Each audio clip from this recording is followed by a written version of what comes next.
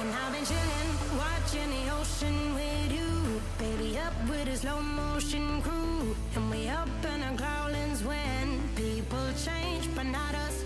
And we just chillin', kicking it, kissed by the sun. Could be soaked to the skin in the mall soon. I know she got the good vibes when seasons change, but we're the same. Even if I lost all my money, the zero runs deep, honey. And I don't need to speak a single word, 'cause you got me holding, holding. Even if my jokes sound funny, my tongue tied up on it. And I don't need to speak a single word, 'cause you got me holding, holding.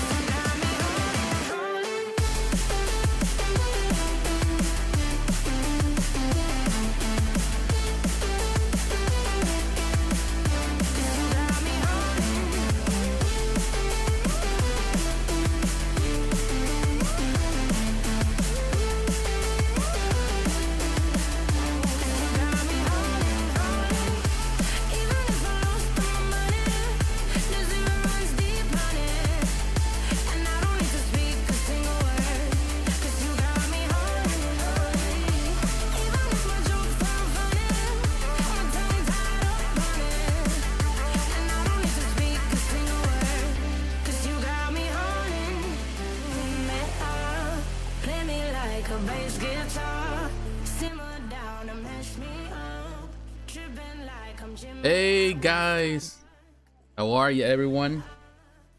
Trying to control things here. Bear with me.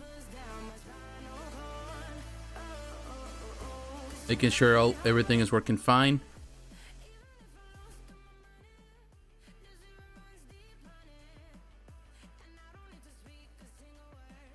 Even. It's always a trip. Try to get it's tough to work, but I want to say to all of you, thank you very much. Thank you. Hey, Late Night Trip, how are you? And I see that you already have questions. What do you think about the new Sideshow Ghost Rider? What's a good price and ES for you? I'll let you know. I'll let you know in just a moment. But before I'll answer your question, start ready with the question. I want to welcome everyone who is watching this episode, this live stream. Thank you very much. Welcome to everyone. Late Night Trip. Thank you very much. As always, you're a great friend, great supporter. Thank you very much. Anyone that is watching this down the road, where you come through the night, I'm not sure how long this is gonna take. Of course, we cover a lot of things. We try to cover as much as we can, and we can have as much information as possible, and also give a concise opinion, or trying to get to the bottom of things for every collectible that we cover today. But I want to welcome everyone. If you're watching this in the future, as always, as I always do, after the live stream, I always timestamp every situation, everything we talk about, and that is just for a quick reference. If for some reason you gotta leave, you don't have the time to watch the entire video, you can come back later down the road and watch that particular scene. It's easier just to find through the timestamps at the moment, where whatever collectible you're interested on, then we can talk about. So I want to welcome everyone. I just want to let you know, today we have to cover a couple of things. I want to talk about, we're going to talk about diecast. We have some news from Auto World, and there is a diecast model that is actually, now at Sideshow. They have it at Sideshow, which is amazing, and I want to talk about it. It's important. McFarlane Toys. We're going to talk about Super 7. We're going to talk, I want to cover some G.I. Joe classified stuff. You know, I'm a big fan of G.I. Joe. Some of the stuff of the Marvel Legends as well. There's a couple of things I want to talk about. There's something new. We want to cover some of that here. I want to talk about the new Haslab project. But then we're going to get into the action, the 1/6 scale action figures. I want to talk about Infinite Statue. There's some new releases. I want to talk about Hot Toys, some of the new information, some new stuff from Hot Toys. We're going to cover InArt. We're going to talk about Quint Studios, InArt. We're going to talk about the Joker. I want to talk about the new hybrid JND Studios, Kojun Works, Bruce Wayne figure / statue. We're going to talk about it today too. I know there's a lot of controversy. There's a lot of people talking about that one. I want to cover Diamond Select Toys, First for Figures. We're going to look at Sideshow Collectibles, of course. As always, they have something. They have Dazzler PF. I want to talk about Prime 1 Studio, PCS, and finally, we're going to cover XM Studios because they have some good stuff that I want to cover today. But I want to say to all of you, welcome. If you're here for the first time, please subscribe to the channel. Please follow me here on social media. JP Sari right there is a tag. You can follow me on Facebook, Twitter, Instagram. Also consider supporting the channel financially through Patreon. You can also help here through the super chat. Any way you can help so we can build it. I can build this channel, make it better for you. And also, please leave your comments or any questions you may have. I know Late Night Trivia already have a question. I'm going to answer your question. Or anybody that has a question or any comment or any opinion in reference to any things that we cover, please let me know so we can cover those things tonight. But hey, Late Night Trip, I want to talk, as you mentioned it, I think you want to know about Sideshow. What do we think about and that's going to be the first question. What do you think? Now, the price for this Sideshow, it's what, around $1,200? That's what the price is for the Ghost Rider. I will tell you this. I think it is a high price. Yes, it is. There's no denying on that. However, I think that the price is fair. I think the price is fair for what they're covering. It's a big statue. It's a very, I would say, elegant statue. So I personally think that, let's see if we can get to that. Trying to get to that screen. If we can get there. Sometimes things don't work as we plan. All right, there. So we have that. Sometimes the screen doesn't work. Okay, so we got that. Just to answer your question, what I think about the Ghost Rider, I think it's an excellent. I think the price is fair. $1,100. We're 11 over 11 with the shipping, all that, taxes, all that's gonna be over 1,200. I think it's fair. It's a big size quarter scale piece. The edition size is to be disclosed. I don't know what edition size they have. Regardless, I think it's going to be a sought out piece. I think it's going to be a very valuable piece. I think people are going to be happy with it. Last week we talked about it. We cover the light up feature that they showcase. So I think a lot of people are excited. I think I personally believe that it's going to be a heavy contender for statue of the year, at least for what we have seen so far. Of course, that doesn't diminish what other companies do. Every company does amazing. I still think that it's going to be up there in quality.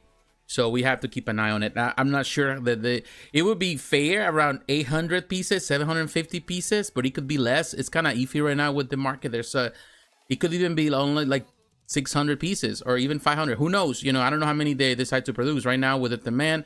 But I think because, you know, people seem to like, you know, Ghost Rider. So I think it's going to be around those, around 750 somewhere. It could be less. I'm just predicting. I may be totally off. I think the price is fair for what they're offering here, and we'll just have to wait and see. I don't know if you're interested on that one, Late Night, but yeah, I think if you're not gonna make a mistake if you go for it. Yes, it's expensive in comparison to other things, but right now, even like Dazzler that we're gonna cover today is $700, and I don't think it's as comparable in the stuff that it's added to it and the light up and all this stuff and the dimensions. I think this is a much better piece overall. So yeah, that's my opinion about it. So. But thank you for asking. Let's see. You know, I don't know you're interested on that one. All right, my friends. As we're here, I want to cover a couple of things. I want to mention a few things that I did not that I promised that I would do some reviews, and I'm working on them. But this week was hard for me to get stuff done, so I couldn't just get a lot of stuff done because family, because work, because a lot of things happen. You know, last minute things. So. But stay tuned. I'm gonna show you a couple of things here. Let me see if I can show you. And I'm going to take the screen right here so I can show you this, because if not, it's not gonna come out on the camera. And let me also let me turn off if I can, turn off the filter, because if not, it's not gonna the chroma key. So that way you're able to. So now you see my green screen. I need a bigger green screen, but this is the biggest one the Elgato had initially, and now they have a new one, but it's a bit flimsy. I don't like it. But I am working on this. I already finished. I already edited. This is the I love this. I mean, I'm in love with this figure with Skeletor. The video is done. The review is done. I just have to have the finished touches for the video. I just want to make it as better as possible. A review where my opinion and all that stuff, images. So more than likely, the video, stay tuned on Monday.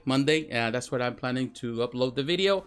But everything is done. This weekend, I just gonna concentrate on having some finished touches on everything, you know, audio, video, visuals, all that kind of stuff that you do to make the video works best, B-roll and that kind of thing.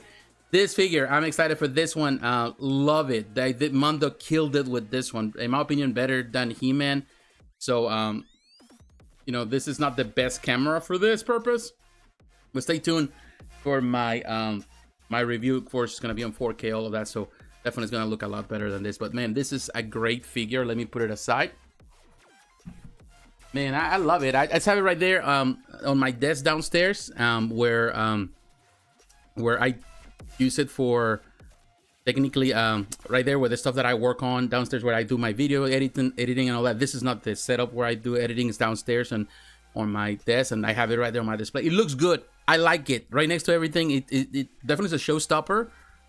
In my opinion, makes everything look better. That figure takes away every other figure that I have there. Any other 1/6 scale figure, it's just a showstopper. I'm so happy that I ordered it. This collection, Mondo's doing amazing, and I think this is the best so far.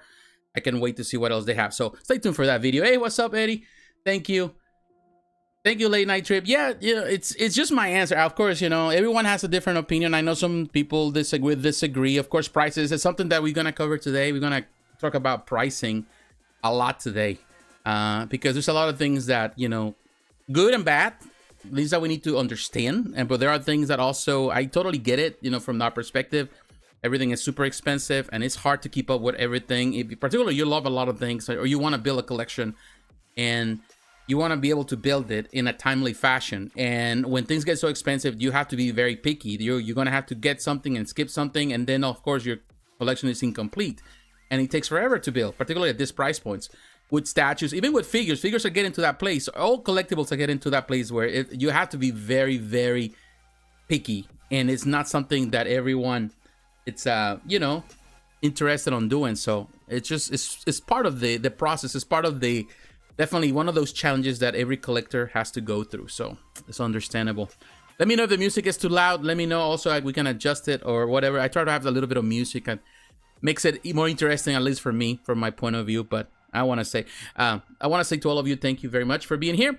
Now I want to start. Let's just get to it. And now that we are right there at Sideshow, which is good, I want to take you to something that, in my opinion, it's intriguing for me. It's intriguing because I think that this kind of shows, first of all, we already knew, we've been talking about it, that Sideshow is in a place where they are you know, distributing. You know, they're doing a lot of distribution and you can see all the statues that they have, even the Batman Winter Ultimate version, all the stuff that went on pre-order. This is Prime 1 Studio stuff.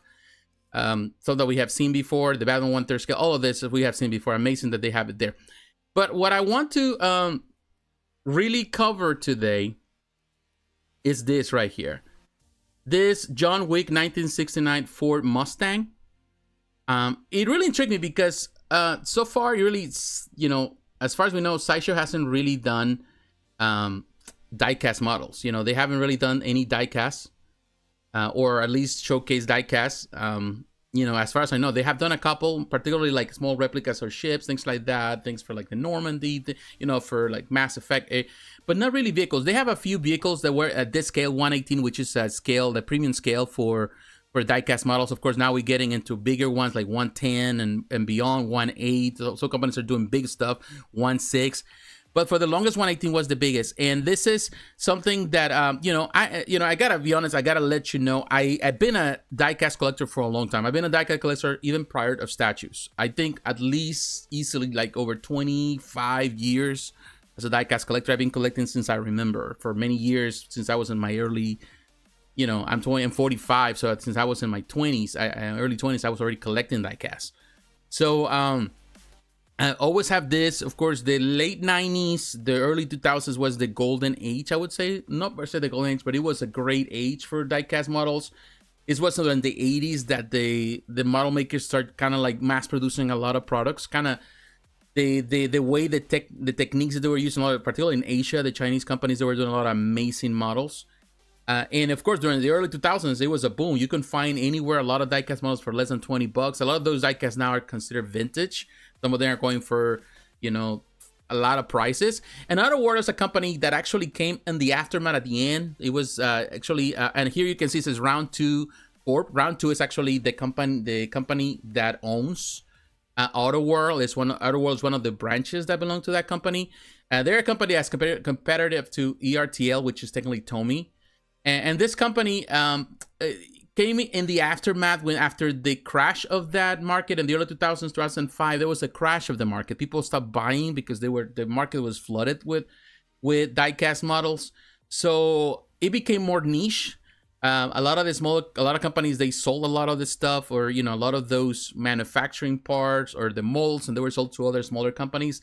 This is where Round 2 Corp came. They bought a lot of those, and they start kind of develop on their own. Now, what I would say that Round 2 Corp is that they do high quality diecast, particularly in the American side. They do a lot of muscle cars. They own Johnny Lightning. So they do the small kind of matchbox type of vehicles, and they do all sort of things, plastic models. But Otherworld has always been like their premium side, where they produce high-end quality 118 models. And I think this is a great model, and I think the price is fair. This is around the same price. I went to the Round 2 on the Otherworld website, and I didn't see it there.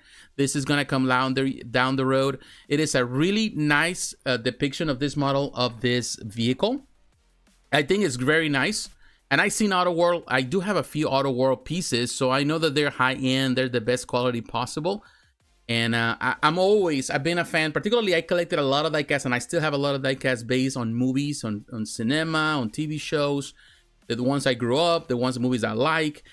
And it's something that it really is, I'm very passionate about. So I'm super happy that to see this, that actually there's a comeback, and now they are selling in Sideshow. Sideshow's considering that there is some, and this is technically maybe the start. This is the only piece that they have, and let's see how they do. But let me show you just to give you an idea of this. I'm gonna take you to round 2. So you can see this company on their website, Round 2 Corp. As you can see, this is the company itself. And they of course, as you can see, they do a lot of models. Very cool models. They, you know, for all sort of things that you got the Johnny Lightning stuff, which is the title, and there's a lot of people collecting those. I have a lot of friends who collect those, and there's a big market out there. Even on Instagram, people have massive collections of these vehicles, like the highly detailed, small diecast vehicles, replicas, of course, vehicles. They look amazing. They have come a long way. They have, of course, the plastic models. It seems that there is a comeback.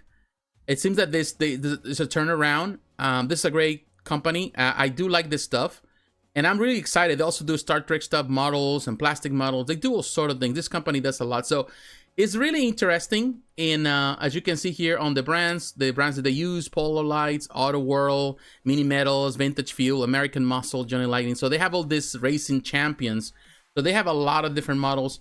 And now to see this, it really kind of brings a smile to my face as a person who has collected a lot of this. And I gotta give you something.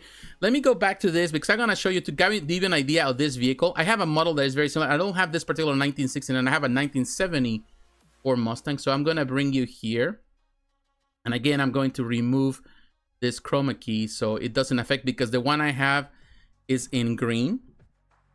As you can see right there, this is actually an ERTL model, which was technically one of the forefathers of this model. So it's technically one of the ones that's still around, but ERTL is technically this vehicle is probably 22, 23 years old, something like that. I got earlier in the early 2000s, still in great condition. I love this one. Of course, ERTL did amazing work back then. It still holds up to pretty good up to this day. And this is a one great model. This is a Mac 1. This is a 1970 Mustang Mac. Which is technically like the one we see there, but that one is in black. Of course, it's a 1969. It's all black. And of course, knowing Otherworld, it's gonna be the hood opens, everything open. There's more detail on the interior, but this one is very detailed. I'm not sure if you can see it, but it's super detailed. And more than likely, as all the other, it's going to be able to open the hood and back. So, you know, I'll tell you this. This is definitely an idea. This is technically the scale that you're going to see on that model. But more than likely, they're going to do some details. Something that I think, because there's a couple of vehicles that I used to have back in the day from ERTL, like, you know, different vehicles that the models that Auto World was doing improved in some of those details that were missing, that they were not as accurate. They're more accurate. So this is, you know, technically the beginning, and Auto World is doing much better quality stuff. And some of the stuff, like for example, the what is that? The Dutch Challenger, the Charger. I'm sorry, the one based the General Lee based of course on the Dukes of Hazzard from Auto World. That thing is going on high prices on the aftermarket. I think it's people asking for $500 for that model, and that's because it was very rare. It wasn't during the time they were trying to cancel. They canceled the flag, which I totally understand, the Confederate flag. So they stopped selling them. So they went super rare. You can find them. Good luck with that. It's $500 for that one. But that I have the previous ERTL model, which I love. It's one of the ones that actually you put together. It's a model kit that you have to put together, diecast model 118. But the one that they have, it's better, and I've been looking for it, but I'm not willing to pay $500. So one day I'll probably do, but you know, that's to give you just an idea of what this company is doing. And it's interesting to see that there is a comeback for this market. I'm not sure exactly how that's gonna work out in the end. Let me read some of the notes here. Yeah, I had so many of this growing up. Yeah, good, nice. Was the paint color used in that era? Was that paint color? The one for the black one, I'm not so sure. Of course, you know, a lot of the times with these models, they kind of redo certain things. I'm not so sure. I would have to do some digging. But all in black, it looks really nice. I think John Wick is particularly the first film was the best in my opinion. So I would add it to my collection of vehicles based on particularly I love those cars in movies, and definitely, and I have a bunch of them. So I'm really looking forward to, I'm going to get that one definitely. And I will say it's amazing. I'm super glad that now there's a comeback of this. There's always was a market, but I think that there's a resurgence in the market with diecast models 118, which is the premium scale. Let's see that, let's see how it goes. Let's see. We'll see. I love the black. The black looks good. That's that mint color. Yeah, we'll see. I think this company's, you know, the one thing I love about diecast is that it lasts. You know, in comparison to even statues and figures, diecast doesn't really go bad. So they last forever. And I have figures at some of these models for 25 years. They look like they came out of the box. They just still look great.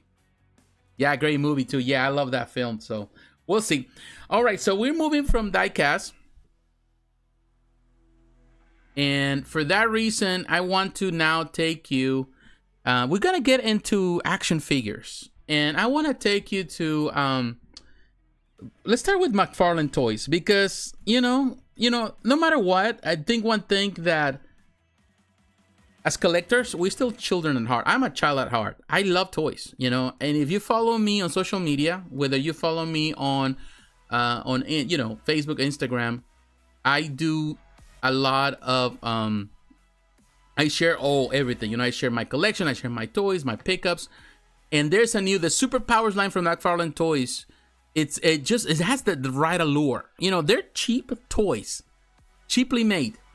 You know McFarlane Toys. You know they're cheap. But what I like about that particular collection, the line, whatever, is that it just challenged me, who grew up playing with the original Superpowers, who grew up seeing them and collecting them. Back in the day, of course, we didn't collect. We just didn't see much value in it. And, you know, McFarlane he's such a mastermind. He's such a smart guy. He knows what collectors want. He knows what the people want, and he gives you that. And definitely he's doing that with the Superpowers. This is, you know, the new line, as you can see. This is the Wave 5. He called it Wave 5, but this is not the Wave 5, but this is the Wave 5 from his store. You know, because he's been selling, you know, he was selling initially, they were only sold through Walmart. There was some that they were sold through, I think, GameStop or even Target, but ultimately these are now on his end. So we are here at the McFarlane.com. We're gonna try to see if we can go to the McFarlane store. Here you can see the McFarlane toys. This already went out. This just, you can find this, they're available at the moment. But here you have the pre-orders of these pieces. This is a new wave, but there are two sites to McFarlane. There's the McFarlane.com, and which is technically the blog, and then you have the McFarlane store. So let's go to the McFarlane store because that's where it's at. You can actually pre-order this at any other location, but let's go to the store, which is McFarlane Toy Store. And let me show you here the stuff that we have. Normally, I don't care much about this new Batman stuff. I've seen some of them. Some of them are good. Some of the paint job is not so great. The Spawn figures are called Spawn figures, always great. And I seen this Batman by Todd McFarlane, the bundle, the 1/8 scale PVC statue, black and blue. That looks amazing. I'm telling you, I see a couple reviews, and I've been tempted to get those too. Even those PVC, it came out great. I was at GameStop yesterday and stopped by, and I saw that they have a few of them. The black one, and it looks really good. Some of them, the paint job was not so great, but for the vast majority of them, the paint job look very neat. And looking at the reviews, I'm very tempted. Let's see if we can find this. Just bear with me when we find this. The DC Superpowers right there. All right, so this is what we have. This is what actually sold out already there, but don't fret. These are gonna be available eventually at the stores, but of course, this is if you buy everything as a bundle, you get a discount. To be honest, I bought a couple of things from the McFarlane store. I don't really recommend it because unless you're like there's nowhere else to go, sometimes they have like very cheap stuff, like cut in prices. After a while, you can come back. It's kind of like whatever they didn't sell, it goes back there, and then you're able to sell. You can able to buy. What kills McFarlane store is the price for the shipping. The shipping was really crazy for a few figures. I was paying more for shipping than actually for the figures. So, but you can find this on many places. Amazon, I know they have it on pre-order. But this is the bundle where you have all these figures. And I've collected this particular. Normally, when I collect these figures, I collect two. I get two, one to take out of the box, and to keep in the to play with it, just for display with all of the other pieces, and one just to keep in the package. They're just so fun to do it that way, and they're very, very inexpensive. So here you can see all the figures. That is the previous wave. I saw some of these figures at GameStop, same price. But let's look at the new wave, wave 5, and these are the vehicles. It's already sold out for this, but you will find them eventually at some places.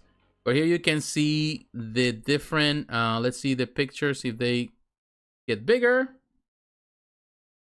And here you can see the vehicles, the Blue Beetle vehicle, the Brainiac vehicle. There's two different versions. One comes with Brainiac, classic Brainiac. That is kind of neat. And then that is one right there. This is the classic Brainiac. This is the one that is color. So it's different variations. I will tell you this. McFarlane is very smart. And he's really targeting this in a really nice way. Big box stores, you go to Target, primarily you go to Walmart, you find this. The price is fair.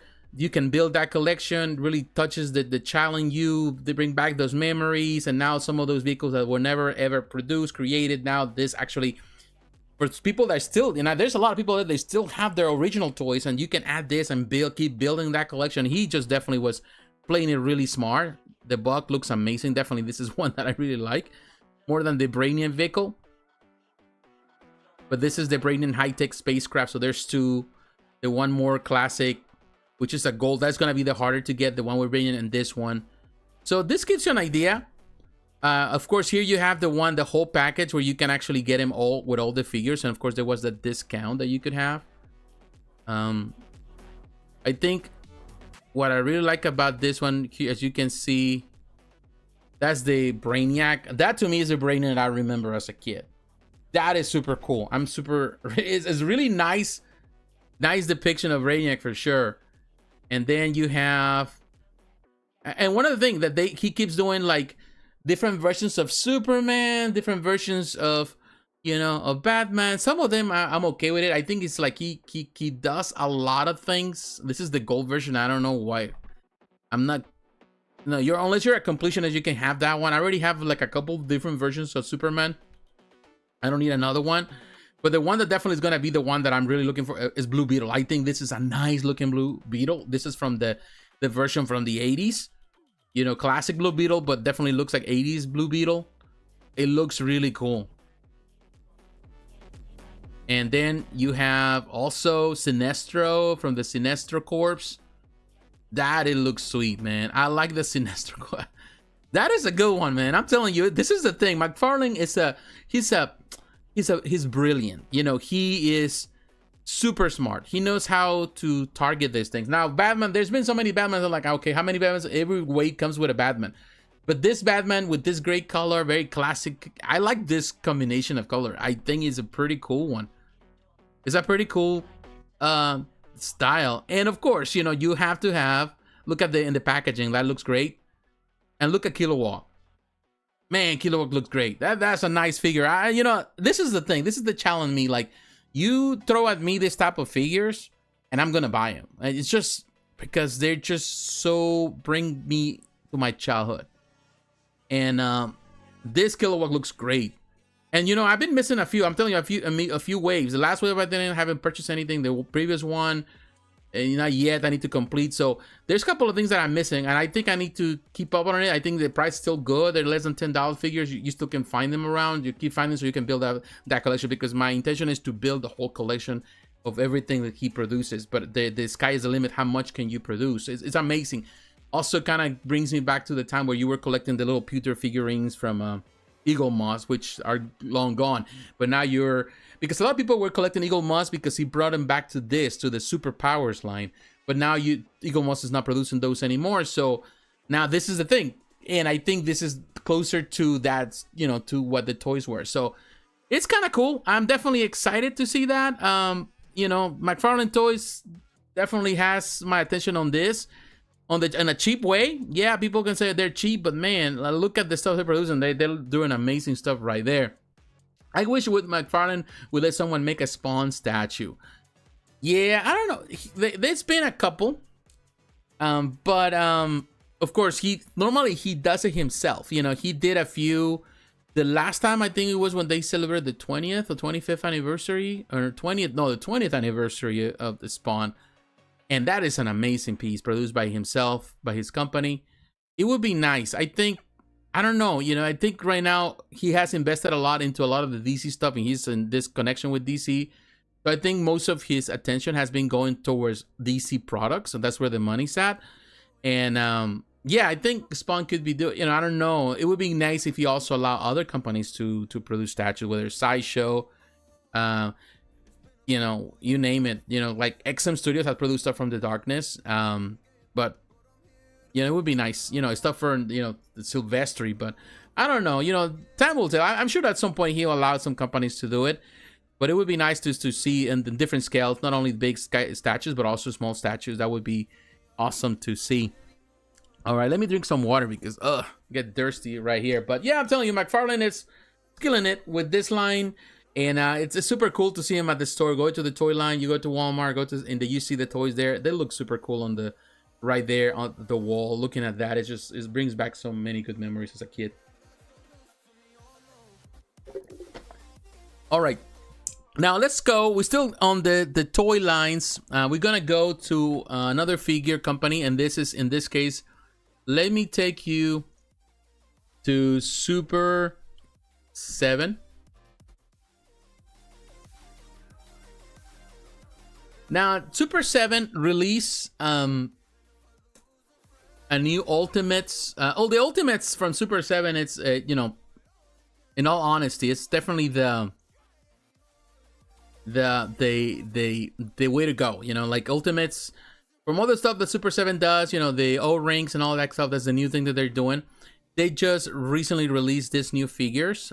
This is the Wave 6, based on the... This is based, of course, on the animation. They have the Ultimates Wave 6. They have Lady J. They got the Baroness and Scarlet. And I'm telling you, they do look amazing. This classic style looks perfect, in my opinion, as you can see. And, of course, there's on pre-order now. Probably they'll end up at the store, of course, at some point when everything after the pre-order. But now you can order directly from them. So supposedly you get first dibs, which never really happens.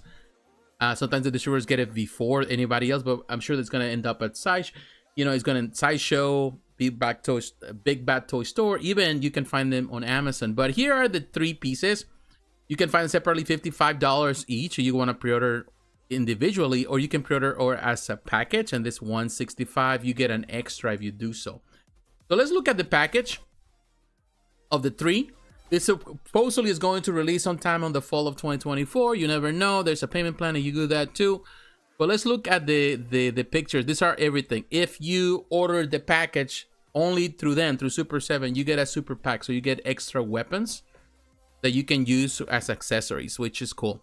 They always do that. Oh, they've been doing this for a while. But these figures look amazing. I love the depiction. I honestly do. I think that it's so classic, and believe me, I've been collecting the Classified series from Hasbro, but I would say the likeness of this, of course, Classified series has a more modern touch, but if I have to choose between that and this, I definitely go for this. The only problem is that they're not interchangeable because the Super 7 figures are bigger, a lot bigger than the others. So I definitely feel that that these are much better. These are better in quality, but I cannot really keep them together. I cannot use them together. They don't match well together. There's a different of scale. Unfortunately, it's a lot bigger. I don't know how far they're gonna go with this collection. I'm more invested already with the G.I. Joe Classified with Hasbro, so I haven't really jumped into this one. However, I've seen some of the figures at the store. Even at Walmart, they now having some of these G.I. Joe the G.I. Joe pieces from Super 7, and definitely they look really well detailed with a lot of accessories. I know some people don't like the price, but of course these are digital renderings as far as I know, but it's gonna be close to the source to what it's going to look like. And I like the detail. I think Lady J is perhaps one of my favorite, but I do love Scarlet. I like it because it's the classic look of Scarlet, and it looks great. And the Baroness also looks great. And the portrait, you got 3 different hits, different portraits. You have the weapons, the hands. She looks great. Also, Scarlet looks great. Definitely, it's a very nice depiction with the weapon, the handguns, everything. I think and Baroness looks great too. I do like the 2 portraits. Definitely looks great. So it's cool. I would say Super 7 is kind of playing it cool with this one. If you, again, here are the extra weapons. If you pre-order some of them, how I see that you get that little, you get more weapons. You get the rifle here. It's kind of cool. The super pack weapons and some of those weapons that go with the others. So yeah, it kind of is an incentive to get it. But look at that. Fully articulated pistol, credit card. I don't know why you need a credit card for a figure that size. And then you have the javelin, the rifle, the knife, the canteen, the interchangeable hands. Then the next one, Cobra Commander, a snake, the pistol, the rifle, Dragonfire headdress, Dragonfire, I don't remember what it said. I didn't really read it that fast. Okay, so that kind of gives an idea. I would say, I will tell you this, Super 7 it has some good things and bad things. Of course, just recently they lost the license with Disney, which is a disappointment. And of course, the Simpsons license, they lost it too with Disney. So that is the stuff that they were already building. They're not gonna finish the line, so there's a lot of disappointment out there. And a lot of people say that this is a sign of the end of Super 7. I wouldn't go that far because Super 7 is doing well in other areas. I think the most important one that they're doing, Thundercats, has proven to be very successful. And of course, now pretty much on the heels of it, we have the Silverhawks. There's also been doing great.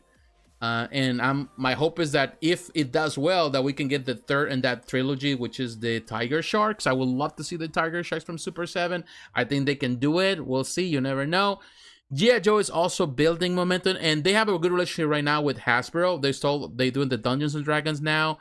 And it seems that even though the relationship with Disney went south, I think Hasbro is a great company that is also looking for that partnership, and the O-Rings is something that they're doing. So there's a lot of things where Super 7 can really still manage to do well. So these lines perhaps have much better future because it's been shown so far that Hasbro is willing to work with them. So we'll see what happens, because at the end, relationships can also go south in that side. But for the time being, it seems that they in good terms. And so far the lines with they do with them, but also with Warner Brothers, with the Thundercats and all of that, they've been good and successful. And we're still getting to see some stuff and some reveals. So we'll see what happens. I'm not a predictor of time. I just share my opinion. I don't know in the end if that is going to be the final sale of the case. So we're done with that. We're done with that with Super Saiyan for now. Let me see some of the comments here. It says the Ghost Rider price is not fair. Wow, that's insane.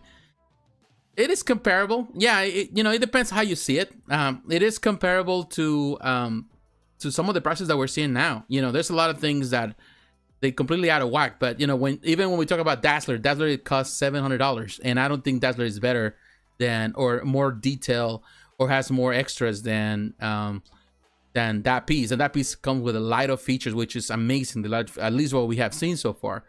So yeah, and it's a character that definitely has some certain level of pull. I would consider, Ghost Rider, I wouldn't consider an A tier character, but definitely it's up there in style like B, and I think more important than Dazzler in the end. Dazzler has never had a movie, let's put it that way. Ghost Rider has. So, and it has sold more comic books, even though Dazzler had her own comic book, that, Ghost Rider has more history with Marvel. So, I don't know. It's a lot of factors that I cannot say, yeah, I'm not going to deny that the prices are crazy. But at the same time, it's just, I don't consider it as insane as some of the things that we're going to cover today, too.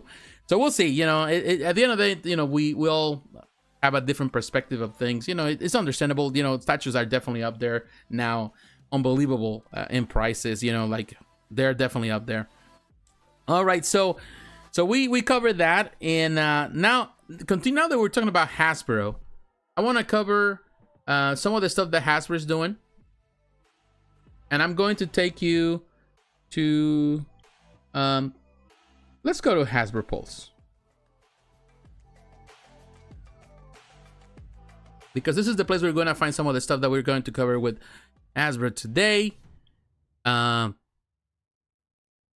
First, we're going to cover this Haslab project, the Transformers Omega Prime. We're going to cover that. It seems it's doing well so far, but you never know. So we were talking about the G.I. Joe, so I want to talk about the newest G.I. Joe. Let's see, we can see it. There was a couple reveals. I'm not sure if they are already on pre-order here, but there were a few reveals, and I'm not sure if they were. But let me check. No, they were not. So I'm going to take you to Instagram.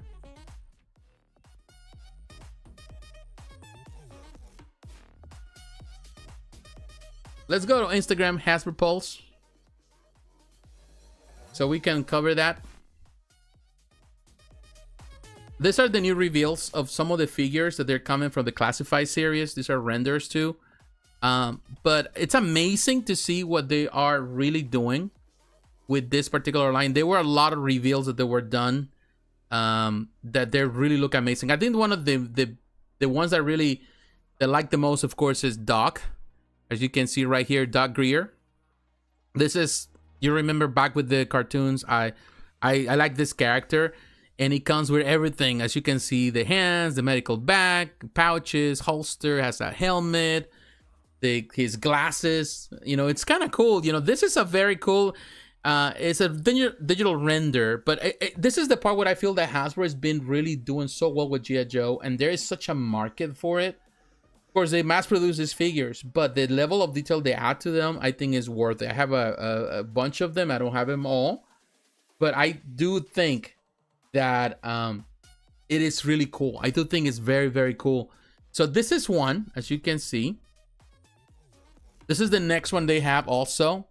Look at this guy, Dreadnought Torch, and he comes with all the different accessories, ready to burn that. This is a Paramaniac for sure. But that is another nice looking figure. That's another one that they will showcase there. Now this is another one that is cool. This is for the Tiger Force, which is, I think, is very cool. And as you can see right there, Roadblock and Tripwire. That with all those weapons, man. Look at the weapons there. It looks really cool. So that is another one that was showcased. I'll tell you, this Classified series is rocking it. It's really rocking it. They're really doing amazing stuff. I'm gonna show you also this other, because this week it seems like they were doing a lot. So the Ninja from Cobra. This is very cool with the different weapons, and that is really, really cool. You got the daggers, a crossbow. That is a really nice, a neat looking figure if you want to build an army. Now you have the Mercenary Legions of Cobra Night Creeper, the new G.I. Joe. This is Agent Kim Jinx. That is actually a nice portrait if it comes out that way. And he has an interchangeable portrait. That is really cool. You can build a really nice army with these figures. Oh, look at this one. Dreadnought, Gay Hide, Pork Belly. Look at that. Man, this has a lot of packages. And I do like all the weapons. I would say this. I personally, I'm a big fan of what they're doing with this. You know, I'm a big fan of G.I. Joe Classified series. I really like it. It's kind of cool that Hasbro's been really pumping it. They've been doing amazing with it. And that, to me, that is super, super cool. So yeah, looking forward to more of that. What else? I think, you know, once you get into a line with them, you know, it's just kind of very addictive. So I'm still collecting them. Now, there's a new line. And as you can see right here, this is a new line, of course. Another one that is exciting me, the Marvel Legends series. I don't collect all the Marvel Legends. I'm not crazy about it, but this is the new wave for the X-Men 97. This was showcased recently, of course, at the Toy Fair, all of that. So this is the new wave. I have a few of the previous wave. I don't have them all. I got, I got even two. One just to display in the package and one just to have. I have the Bishop. I have the Wolverine, which I think is amazing. And I have also the Gambit, which in my opinion is the best Gambit they have produced so far. Now, this is the second line. I did not get the Magneto. I wasn't crazy about the way it looked. I didn't get Storm because of the Mohawk. The Mohawk looks fine, but I feel that it's out of... Of course, it's based on the X-Men 97, but I think I would like to have a change-up portrait where she has the long hair, right? You know, classic from the 90s. That would be my opinion of the early 90s. And I didn't get... Rogue is fine. I'll get him at some point, but I didn't feel the need. But of course, now we have the new edition, and let's start with this one. This is Cyclops, very classic looking Cyclops. I don't know if we can see, you can see it there. Trying to get these images there is going to be a little bit hard, so the only way to do it will be to reduce. Let me kind of reduce some of this, so maybe we can see. Oh no, it's not gonna work out so good. Okay, you actually can.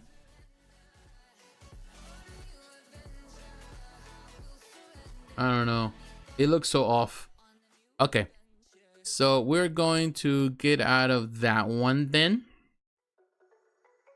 and I'm gonna try to find another place where we can really look at those pictures, because you know, you can order from Hasbro Pulse. I ordered from the Hasbro store. It's fine shipping.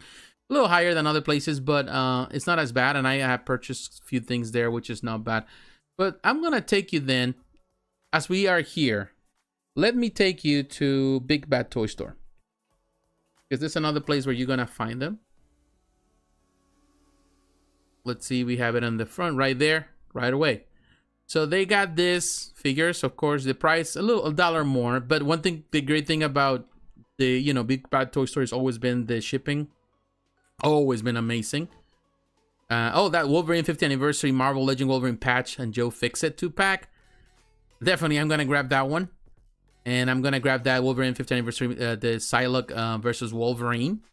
Definitely, that Angel looks great. So yeah, there's a bunch of figures here that I'm definitely gonna grab. But looking at the figures, let's start here with this one. With Cyclops, there are a couple of things I like about this Cyclops. I'm not necessarily crazy about the portrait, and I found it a bit too thin. At least the arm, some of the things are not as good, so I'm not so sure. I still have mixed feelings about it. There are a couple of things that I like about the sculpt, but some of the things, not so much. Of course, it has the pinless, which is fine. That's the new thing. Definitely in the package looks great. I think just for the packaging alone, and definitely having a Cyclops, it would be great, but I wouldn't say that it's the best there. Now, Jean Grey looks great. It's been a couple great Jean Greys. This one comes with 2 interchangeable portraits. It's more clean, the look, of course, because it's based on the cartoon, the animation, which I'm really looking. I'm not sure when they're gonna have this show. I'm definitely want to watch the show. And I don't know, we're already selling the toys for quite a while, and it's just like, okay, it's time to get to it, get to the program. I wish it had some type of power effects that can go with the hands. And that's the only thing that I'm going to complain. The hair looks fine. Definitely, I'm happy that they got the 2 portraits. So that's good to note. Now, here we have another one that definitely is going to be very popular. And it's definitely, of course, is Nightcrawler. A very classic looking Nightcrawler. And it looks good. I think this perhaps can be the best Nightcrawler we have seen so far, at least from this. And there's 2 different portraits. Although the portraits look kind of serious. It would be nice to have one though he's kind of smiling or laughing or doing something different as you know him. I look great on display, definitely on the package. So I'm definitely gonna add this one. This is supposed to come out in April, so it's not too far down the road. Now we have this.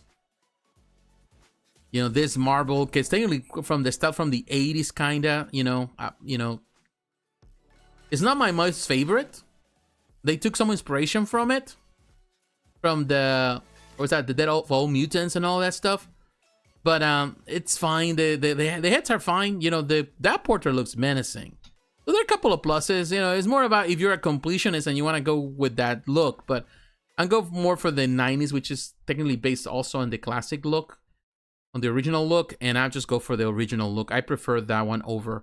And now this is the other executioner, this character here, which is, I still don't know much about who the character is and who is this executioner, or what is it they're based this on, or what is it that they're gonna do with it. But it looks kind of cool. Has a nice looking weapon, actually interchangeable thing. So this is actually a nice looking figure, but I don't have like any special attachment with it. But I will see what happens. Probably when I see it at the store, maybe it looks really nice and might end up adding it. I definitely need to watch the show to have a better understanding of what they're trying to achieve with this one. So, yeah, it's kind of, oops, you saw me there. But, yeah, we'll see what happens. I think that in that case, they're doing something really great with it, and looks kind of neat. All right, so now that we're here, let me take you to Haslab. We skipped the Marvel stuff now. I want to talk about the newest project that they have. This is the currently funding. As you can see, the target is to have 10,000 backers. They still have 41 days to go. They already have over half of that project, which is 6,000 backers. So definitely this is going to be made.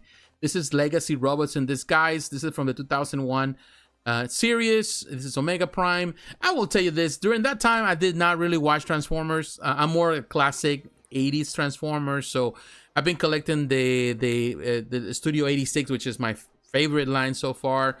Although I love the masterpieces, I haven't really collected masterpieces in a long time. So right now I'm stuck with 86. I love because the size is the perfect size. Reminds me of the original toys, which are much better quality, closer to the masterpiece side. And of course, as you know, I have mentioned it many times before, the limitation of space is one thing that prevents me to go even higher in so many things.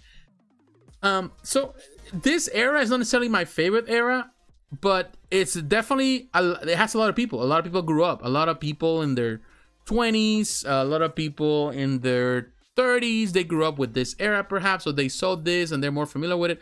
So it's really gaining momentum. The project here, this particular figure, is definitely gaining momentum. And let's see if we can get a better picture, which is hard here with everything. But this one is technically 3 different versions in one. It's $250. Some people would say it's a lot of money, but I think with everything they have, the transformation, everything, I think it's a fair price. That's something that I would say with the Haslab projects, is that they keep it on, I wouldn't say low, but they keep it on a way which, in my opinion, it's more reachable for collectors, at least for action figure collectors, and that people seem to love. It definitely has Hasbro understands that what is it that the collectors want, what they really want, and what they really expect. So they kind of cater towards that, which is really, really cool. Let's see if they have it here. As you can see, this is the Mega Prime. I'm looking at this one. Robots in Disguise, Haslab. This is, of course, kicking off the 40th anniversary. I wish, you know, to be honest with you, that in this 4th anniversary they would have gone more on the classic stuff. Maybe they already did a lot of stuff, but definitely I would like to. We need a new Optimus from that particular era, based on the 1980s and the original cartoons. They need a new. They've been doing a lot of different Optimus Prime, but for other eras or other different styles. We'll see. But looking at the video, this is the command center. So I think overall, as a toy line and as what Haslab does, I think they are really doing great. I think this is a great project. This figure has different modes.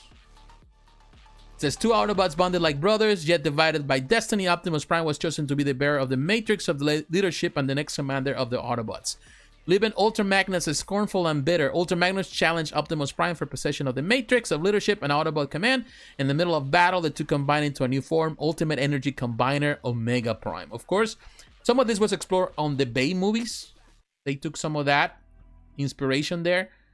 And definitely, it's, I think, and that's Blue Bolt. Cool video. I don't have it, of course. I don't want to be demonetized with any type of music, so I don't have it.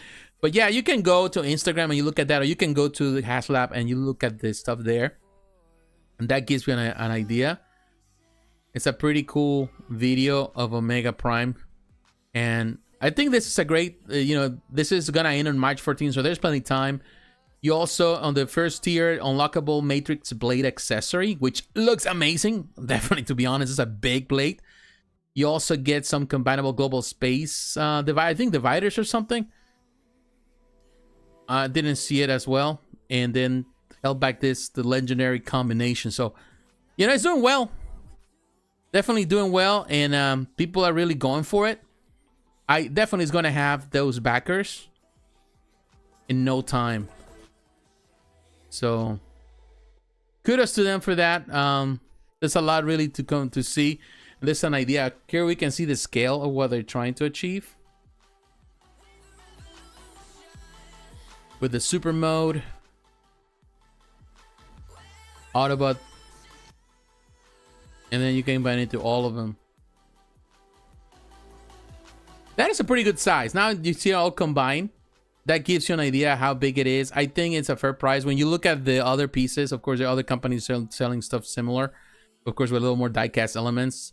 There's more plastic here. But I think as a figure, I think the price is fair. Other keep companies would ask you for a lot more for that. So, hey, it's a matter of perspective. Not everyone would agree with that. But I'm okay with it. I'm okay with it. So let me come back and see if there's anything here. So cool. I'm back in this for sure. Oh, that's cool, Eddie. Yeah, that is a good one. And to be honest with you, I would back it too if I have certain attachment to this Transformer era, but I don't. So I have to be selective. But the figure itself, the action figure, looks really great. So I gotta give them kudos for that. They definitely know, Hasbro knows how to cater to the audience, to the fan base, by giving them what they want. And for the most part, they get that. Sometimes they make mistakes. They make mistakes of things that don't work out. But for the most part, they know what people want, and they actually set it up in a really fair price, or a price that it's definitely reachable for most people.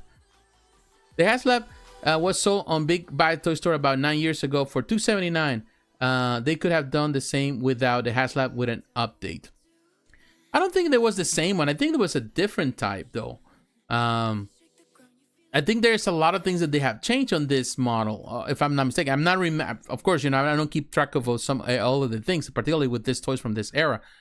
But I think the Hasbro, this is of course their method. I'm not sure if you were talking about maybe on the Masterpiece side, perhaps. It does look great. Of course, this is a project. I think that it's great for what it is. I think the price is fair, particularly nowadays with all the companies asking for a lot of money for a lot of figures. I think it does have that wow factor, and I don't know. It looks fine to me, but hey, I've been wrong before, so it's cool. I'm glad for people who are really happy with it. I'm just on my end. I don't put money on it because simply I didn't grow up with it, so I was too old for that. and it was not something that I was keen on during that time. But yeah, it looks cool. You know, there are a couple of things. But yeah, hopefully, my hope is that we get something else eventually. Not necessarily from Haslab, because I feel that some things they can simply sell directly to the public and people will buy instead of just going to the back, you know, Kickstarter stuff. Definitely, we need a new Optimus Prime. A new Optimus Prime. I want to see if there's other characters that they need to be redone for the Studio 86 collection. That is where I put my money on. All right. So we move from that. We finished with the action figures. It's 9 o'clock. So I already took an hour talking about this. Let me take a quick break. And we're coming back now with more high-end action figures. We're going to explore the 1/6 scale stuff. And definitely we have a lot to talk about. I want to talk about Infinite Statue. We're going to talk about Hot Toys. We're going to talk about InArt. And also want to talk about JND Studios with the Bruce Wayne action figure / statue that has a lot of people talking. We want to cover some of that. So just give me a few minutes and I'll be back.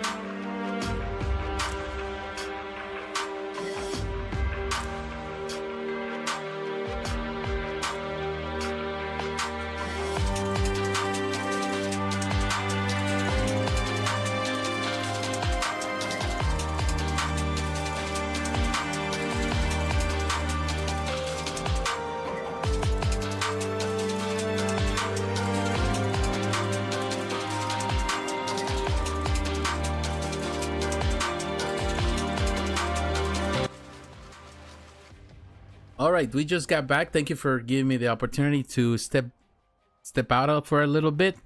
Appreciate it. And again, I want to say to all of you who are watching, thank you very much for your support. Those who are watching, don't forget to leave a like. Don't forget to also to leave a comment so we can have this conversation here. Now, going through the last, let's see. But you know, this is the Haslab was made by Takara Tomy, but I still did the 3-in-1, I believe. But like I said, this could have been updated and put out via the big box stores with an limited window. Okay, yeah, I get it, Takara Tomy. Yeah, I get it. You know, it's something that definitely, it's something like companies are relying so much now, and definitely they've been doing that, Hasbro, with this projects for, you know, this type of projects with the Kickstarters, and definitely it's something that can rub the wrong way at the same time, because then it limits what they sell out, and now it's every project or every piece that actually could be sold in one way. I'm not sure, of course, I'm not privy of the stuff that Hasbro does. Of course, it's always the consideration that they're a big company, a big corporation, and Transformers is a multi-billion-dollar franchise. So it's like there's always going to be, they have the funding, they have the market, there's the products out there. They don't like the funding, but you know, at the same time, some of the research that has been done, supposedly what I've heard from people there is that they're projects that they're too expensive to produce for them, and the demand is not there. So sometimes they go with a Kickstarter, but definitely they have been very successful with the Kickstarters, to the point that people kind of get excited for this type of projects, particularly with the big figures. But yeah, it could be sold. There's no denying on that. But the way they do these projects actually makes them sell more, because I think it's all about psyche. It's all about the psyche of the consumer. If you have something at the store, people say, well, I'll find it eventually for a better price. And people are skipping, and sometimes things sit there forever with inventory that ultimately goes on sale. So companies sell, and ultimately some of those retailers, they stop buying less and less. So I think it's more of the psyche. With this, is more like the FOMO, the urgency, kind of put the pressure on the consumer to say, hey, this is the only opportunity for this particular thing. And yes, it might be an upgrade version, a minimum up version of what Takara Tomy did perhaps 9 years ago. But it's just about that pressure for people, and particularly for people that are starting to collect this type of thing. So it works that way. It's like the psychology of these things. Sometimes it's bad, and it's you know, it's the way it is. You know, that's the way you do business, or a lot of companies do business. It's just trying to push this for you to buy it. If you have it, this is the I think the common problem is that we find something so common that we kind of skip it down the aisle because we see it there. Now, if you are told that this is one-time only deal, then of course people feel like, okay, I need to pay the money. And I think we all fall prey of it. We all fall victims of it, one way or another. And ultimately, lately, I've been realizing that I've been doing that a lot too when I buy collectibles. That I'm just, because the pressure, because of the FOMO, because people tell me this is a window of time, and I'm trying to limit myself not to think that way, because of course I end up buying a lot of stuff that ultimately I don't need, spending more money than I should. I think we all do in one way. All right, so let's move on. Like I mentioned, we were ready to go to start looking at some new things. So I want to take you actually to, let me take you to Sideshow.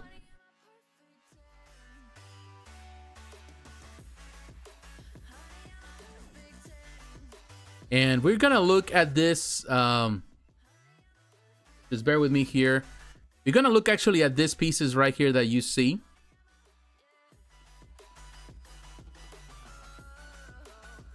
Right there. We're gonna look at Toshiru, Mifune, Samurai, and Ronin. This actor, who is a legendary actor, of course, from those Japanese films, Kurosawa films, and you know, he's legendary. Some of the most legendary films that had inspired so many films. Even Star Wars took inspiration from the stuff that Kurosawa did.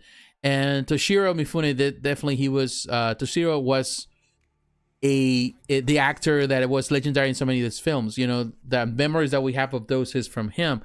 So in this case, Infinite Statue, which is an Italian company that does statues, but also those action figures. It does amazing work with these figures, particularly on the level of detail they've been doing. Fantastic work. A 1/6 scale figure, 12 inches. As you can see, really nice vase, interchangeable hands, really nice detail. I think this is a fantastic. Of course, not everyone. There's a lot of people who love the Japanese team. So, you know, I have people, of course, who have been in the military, in the Marine Corps, whether they're stationed in Japan, and they love the samurai teams. They collect the samurai swords or a lot of the stuff, the dolls. So this is definitely appeals to a lot of people, and there's definitely a market, international market for this type of thing, actors and stuff, and definitely it's a very cool depiction, a figure of this, and it's something amazing because sometimes you get to see a lot of companies like Hot Toys or other companies kind of tackle only the stuff in the movies, whether it's MCU, where it's the stuff from Warner Brothers, and you get to see the same characters over and over.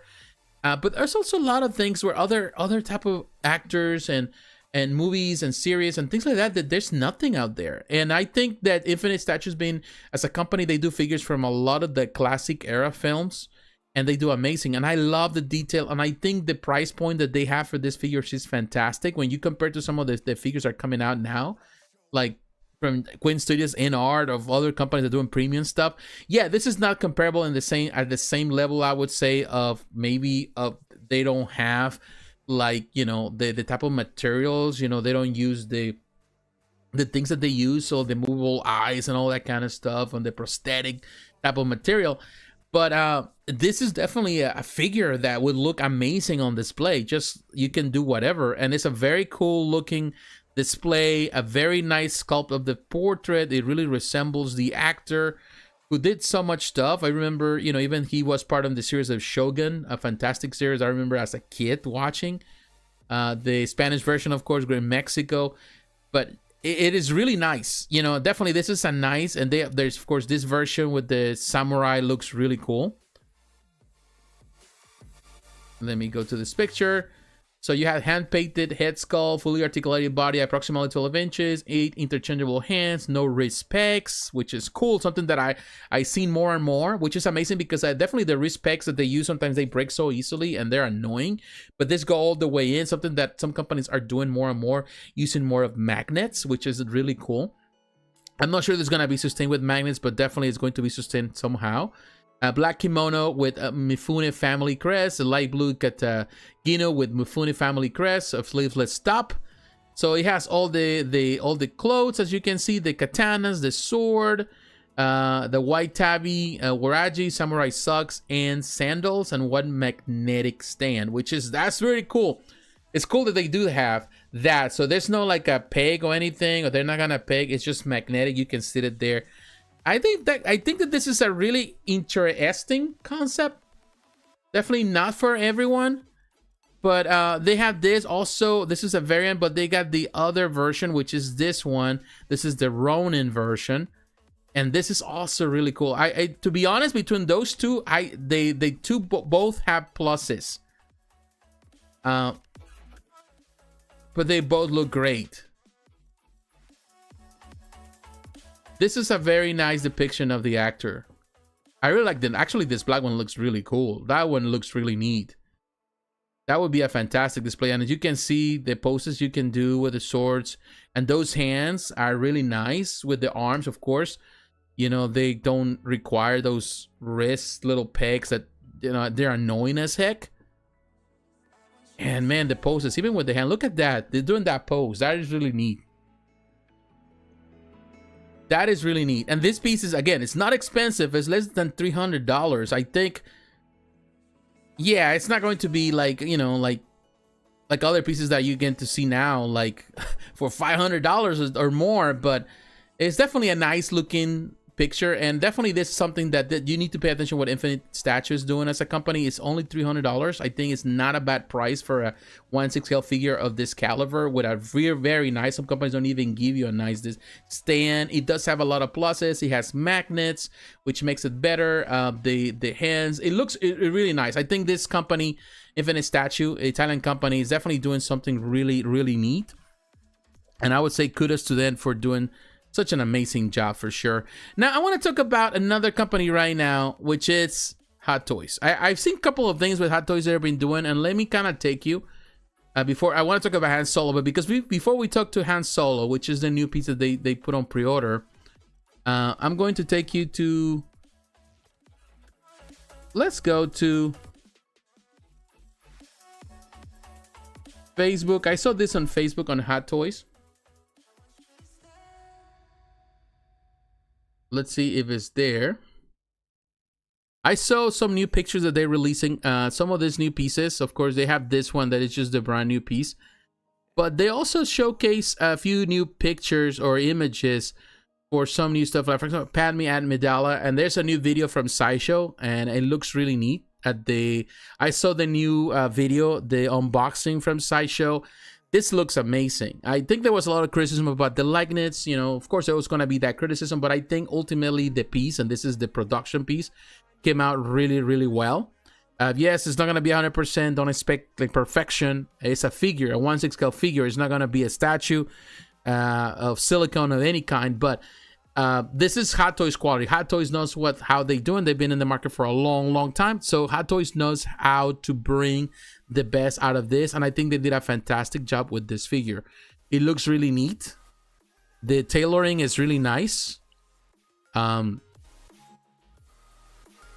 there's a couple of things there that definitely are so intriguing. And these are they call it the blogger pictures, so pictures that they did just to promote it.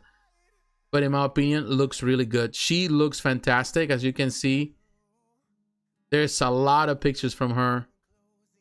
And in my opinion, these pictures look great. Again, it's not going to be 100%. You can compare in comparison to the actress. You know, there's going to be, of course, some give or take, not 100% accurate, accuracy, but, on display, believe me, people know that's her. That's the actress. And that is the character, definitely. There's no way around it. If you want better quality than this, then definitely you will be willing to pay JND prices at some point. But so far, I think, of course, they're doing amazing. Of course, here, people are already making comparisons, all of that. It's really cool, what they have done so far. Of course, based on the Attack of the Clones, some people may not like it. I have no issue with it. I did like it for what it was. But man, they have a lot of pictures for her.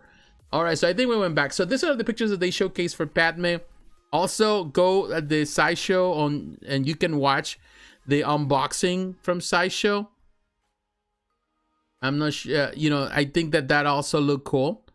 They also they have some pictures for, of course, this is another one, and this is from Catwoman.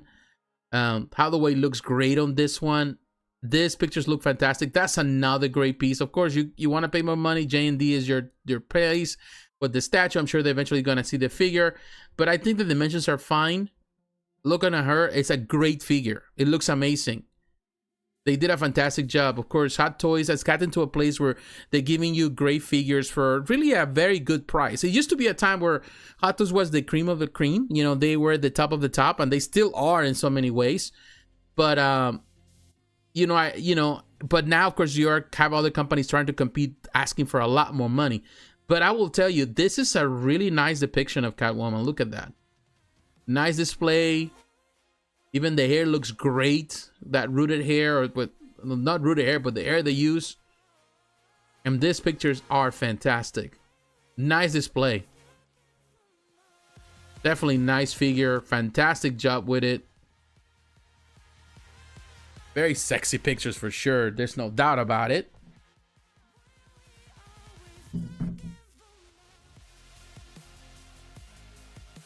So, look at those pictures.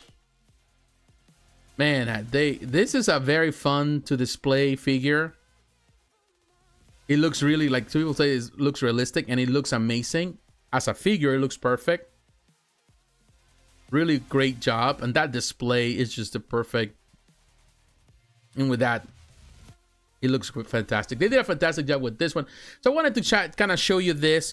So these new pictures, these are very upcoming figures. I think already this year, they're going to be out very soon. So stay tuned for those. But here, the reason why we come into Sideshow, the new piece that went on pre-order is the Han Solo piece based on the Return of the Jedi. This is a $290, perfect price, I think. And a lot of people are excited. I will tell you, at first glance, I love everything about the piece except one thing, and it's the hair. I don't like the way, the bulkiness of the hair. Kind of like giving so much volume. Of course, you look at the film, it has some volume, but for some reason, it looks too bulky. maybe when they did it, the whole thing, it just looks like a little, like he has a lot of gel on that hair. Is not, there's no that looseness of the hair that he had during that time. So I fear that that's something that needs some tweaking. They need to do the work. But the portrait looks really neat. I think the portrait is fantastic. It would have been even better. They have like a more of a, you know, the face definitely like, looks like him. It would be nice to have like a smirk or something. Maybe it changed a little bit on the mount, the position of it, because it looks a bit older, to be honest. But other than that, it looks really great.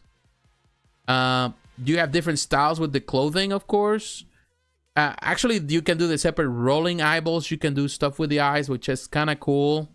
And of course, he has the base. But here you can see some of the poses that you can do. I think this is a very neat one. Definitely like the base. Very different than what they have done before. I like it when they actually try with the bases and they don't give you the basic bases that sometimes they do. That is a really nice pose with this figure. Very nice job there. That is a very nice figure. You know, again, the only thing I'm going to complain is the hair. The hair needs a little bit of work. The base looks great. It works great for the display. The coat looks great. But overall, definitely, it's not a bad piece. Again, this is the only thing would be the hair, but the hands look great. Fantastic job with hand. That is a nice picture. Nice depiction there. And the rolling eyes, something that they're doing a lot. Even the scar in his mouth right there. Of course, some people will point out a couple things here and there, but I think it's a fantastic job. It looks really neat. That is a nice picture right there. Definitely at that angle, definitely you can see the actor. You can see him right away.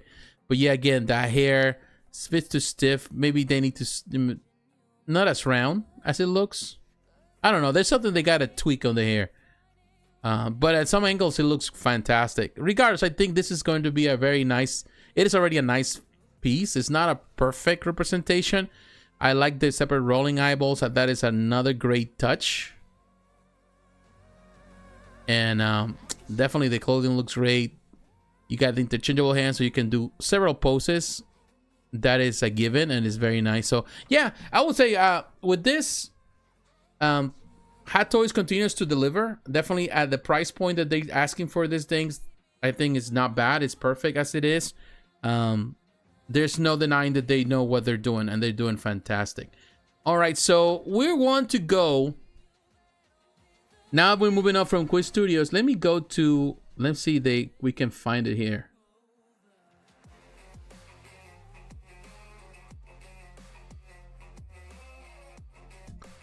Let's see, we can go to Quinn Studios official website.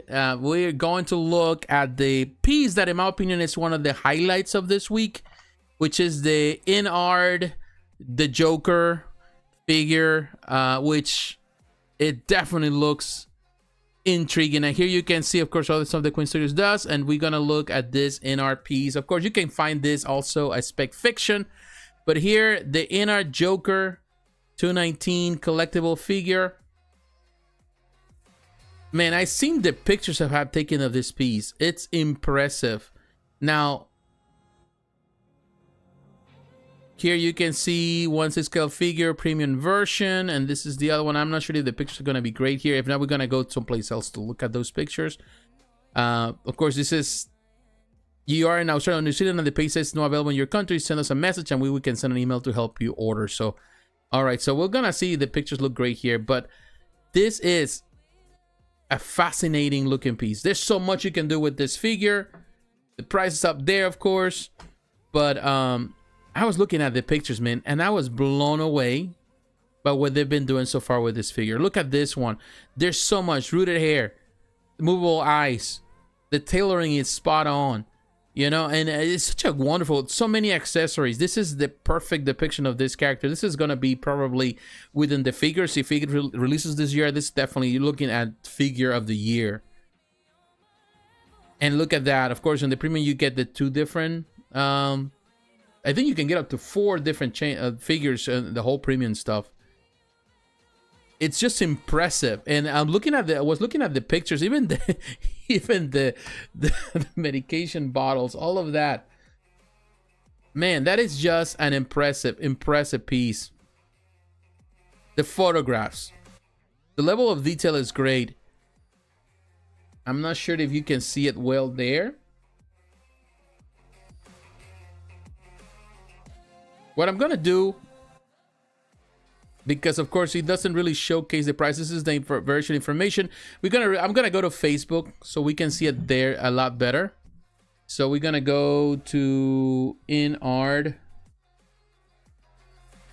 and that's a group, InArt Collectibles. Let's see, we can do. I think it's gonna be more of Quinn Studios. Let's go to Quinn Studios right there. Right there. Look at that. Isn't that the statue?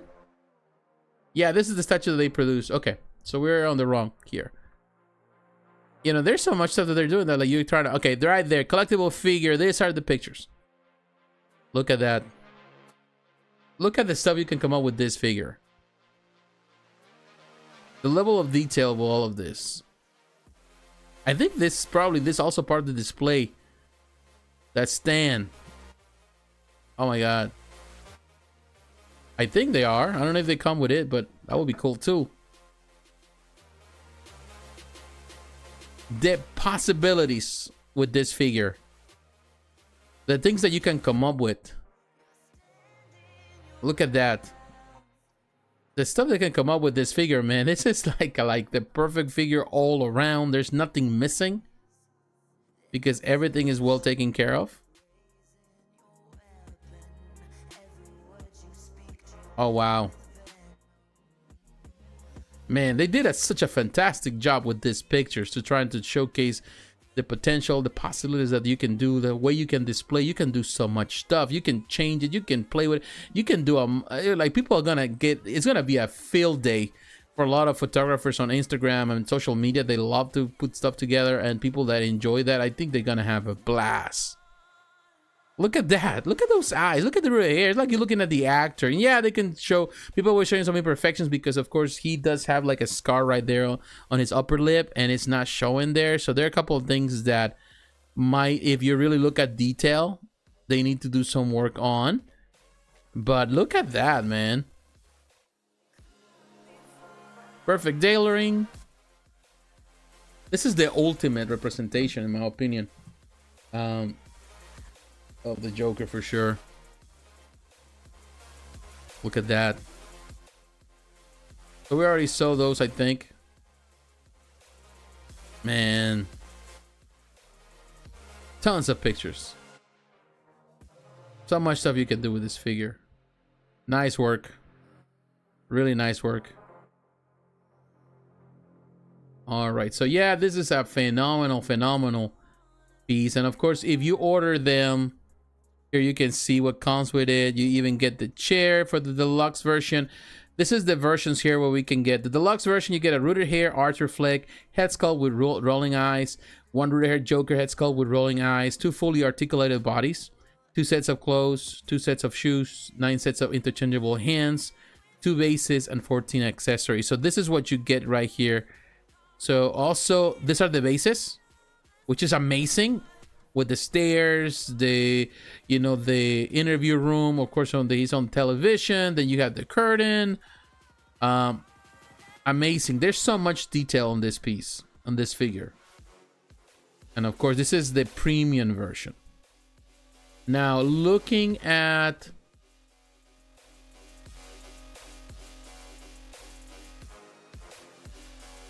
the regular version. It's not available, of course, because this is the website, but this is the one where the deluxe version comes with all the chair, the hands.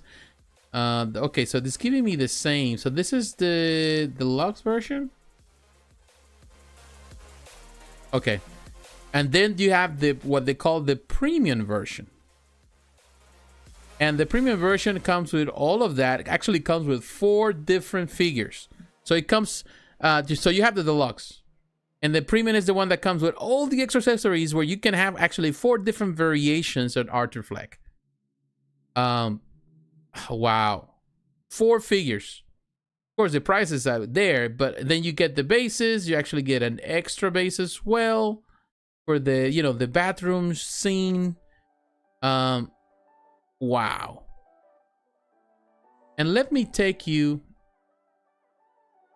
to Spec Fiction, because we see what prices Spec Fiction is selling at. If you go to Spec Fiction, I think is the best place to go. You can get the Joker. There's the 2 different versions. You get the deluxe version. You can get there. Of course, the price is $1,200. Of course, keep in mind there's 2 figures with a lot of accessories, even at this scale, with the base, everything, which is understandable. You're technically paying around, I would say, $600 per figure, perhaps, or even $500. But the high quality figure plus the bases, all of that, so it's around $600 per figure, you know, and a base for each.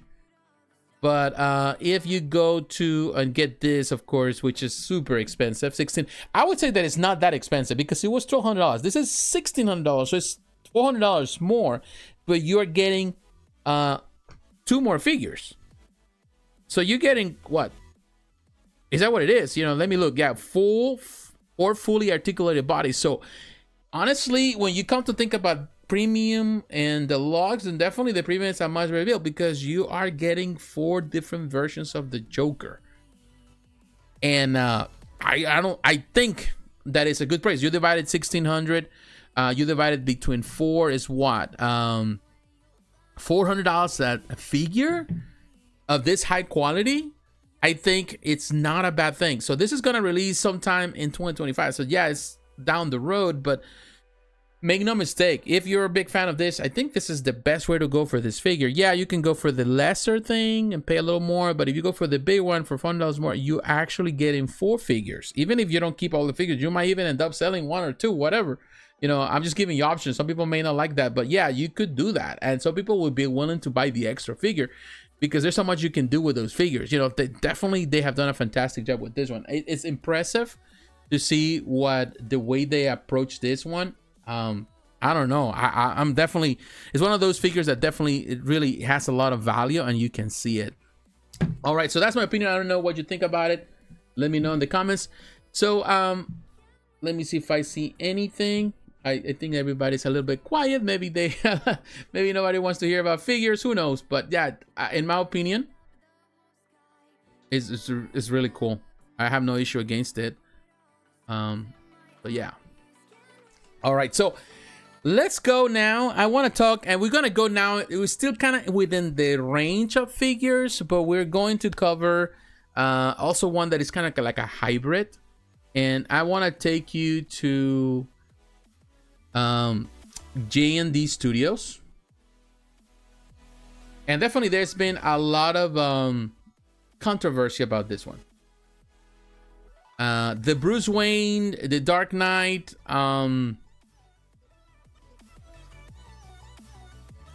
it's been having a lot of people talking. A lot of people are definitely talking about this one, and I totally get it. It's one of those where oh, let me go back. It's one of those that sometimes make you think of, like, what are the companies thinking about? What are they thinking when they put this stuff out this way? And I get it. Now, I like what JND is doing. I'm gonna tell you honestly, I like JND. I think it's a great company with a lot of future. They doing the high-end silicone stuff, medical quality, the prosthetic eyes, all of that. And definitely it's not for everyone. That's what I would say. Now, Kojun, I think that's how you pronounce it, is one. He's actually one artist that used to work for, did great projects with Hot Toys. One of the great. There's been like a lot of great sculptors that have worn for Hot Toys that now are working for JND, male and female, and they have moved there, and they're actually with this Korean company. They're doing amazing work. There are a lot of Chinese sculptors that have working there, and I feel that they are getting to that place where they're producing high quality. They're not geared towards the crowd. They're not geared towards a bigger audience. They definitely geared to the more eccentric collector, the ones that are willing to pay extra money for something that they consider is the top of the end, you know, the most premium quality. And yeah, not everybody's gonna see it as that. Not everybody's gonna consider it a premium. It's kind of like when you look at a Lambo, or you look at Ferrari, or you look at some of those big cars, Jaguars. Some people don't like them and they don't consider them valuable, but there is a niche market that is willing to pay top dollar for those things. And I think JND gets that market, whether people want to accept it or not. Now, this is a hybrid, and of course, it divides people, because in reality, a lot of people are looking at JND at this 1/6 scale as figures. And when you look at it as figures, you end up comparing it to other figures, other figure producers. And JND is not a figure producer, even though some of this have some of those elements that are kind of like a figure man that you can do certain poses. For the most part, these are statues in line with what they have done in a larger scale. So, you know, not saying that the price is justifiable, because I still find it steep, but they are selling you a product that it's very, very unique. Now, this is they have different, they supposedly they got a type A and type C. I don't know why they have a type B. I think they had a type B initially. They said they would have a type B.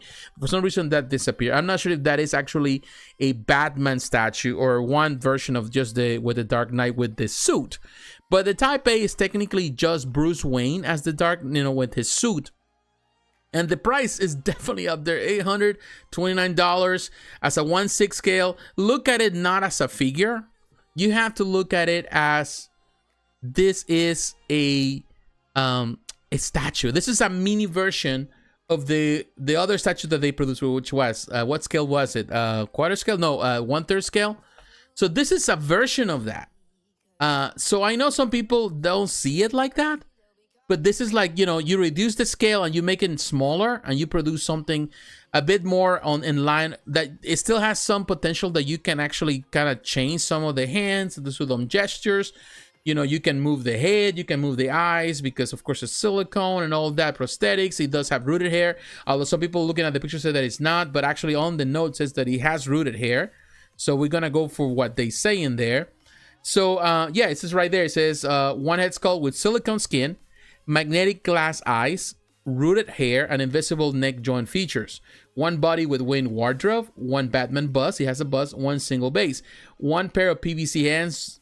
And some people would say, why is it that they didn't go with also silicone? I think it's just for durability with the hands. One pair of visible wrist joint silicone hands, two batarangs, one magnetic eye control pen notice.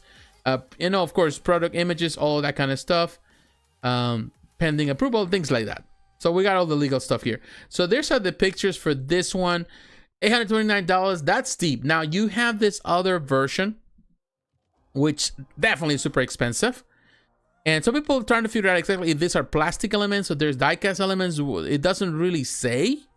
Looking at the materials, I don't see exactly if it says. It says the measurements, of course. But we don't know. But this, of course, this is the most expensive, $1,800. You get the whole wardrobe. And again, this is, you know, it has a certain level of posability, but it's not a figure. It's not like a Queen Studios figure, which we saw, which is amazing. It doesn't have that. Now, let me take you. Let's go to maybe we can do Instagram, JND Studios.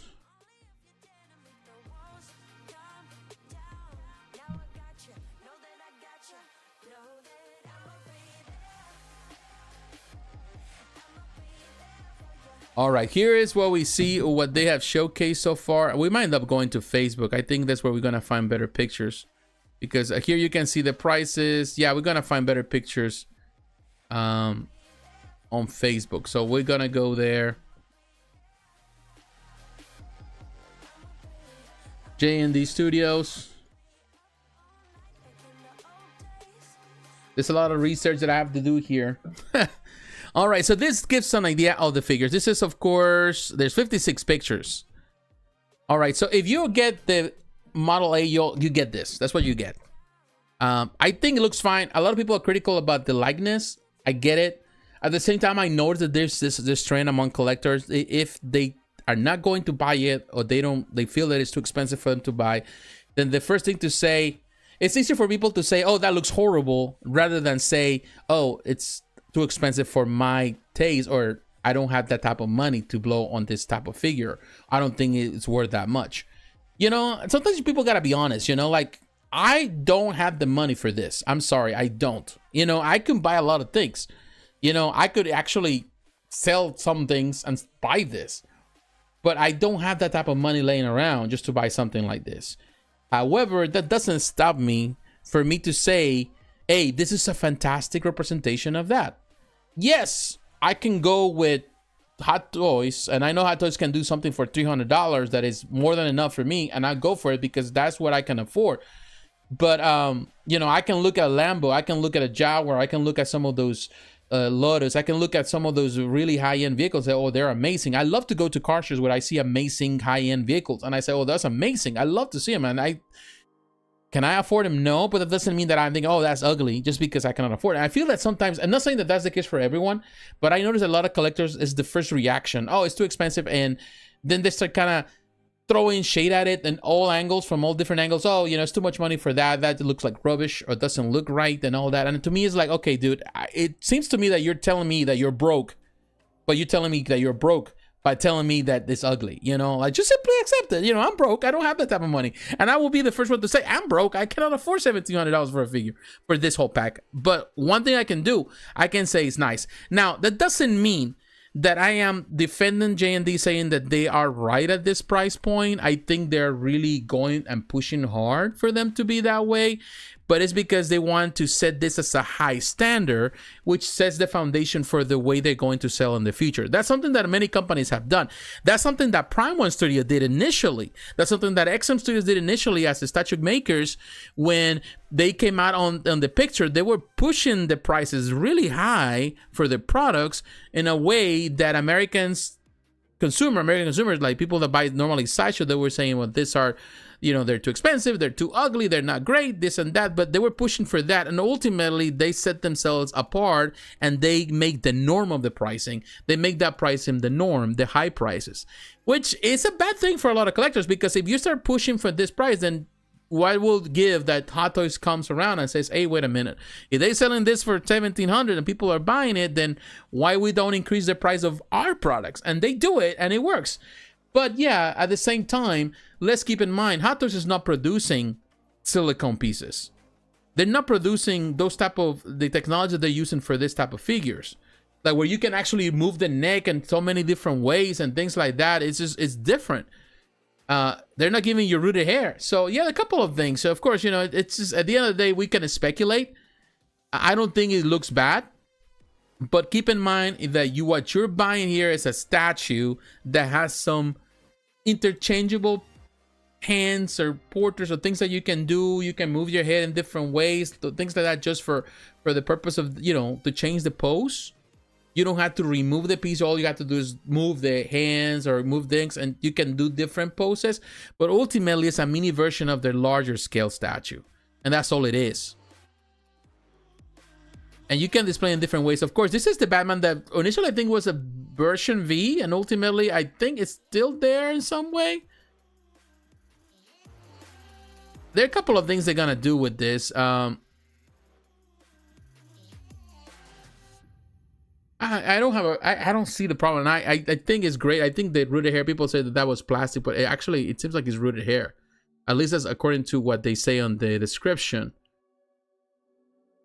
And yeah, you can do some displays like with the hands and things like that, but ultimately you're still displaying a statue, a hybrid statue. That's all it is.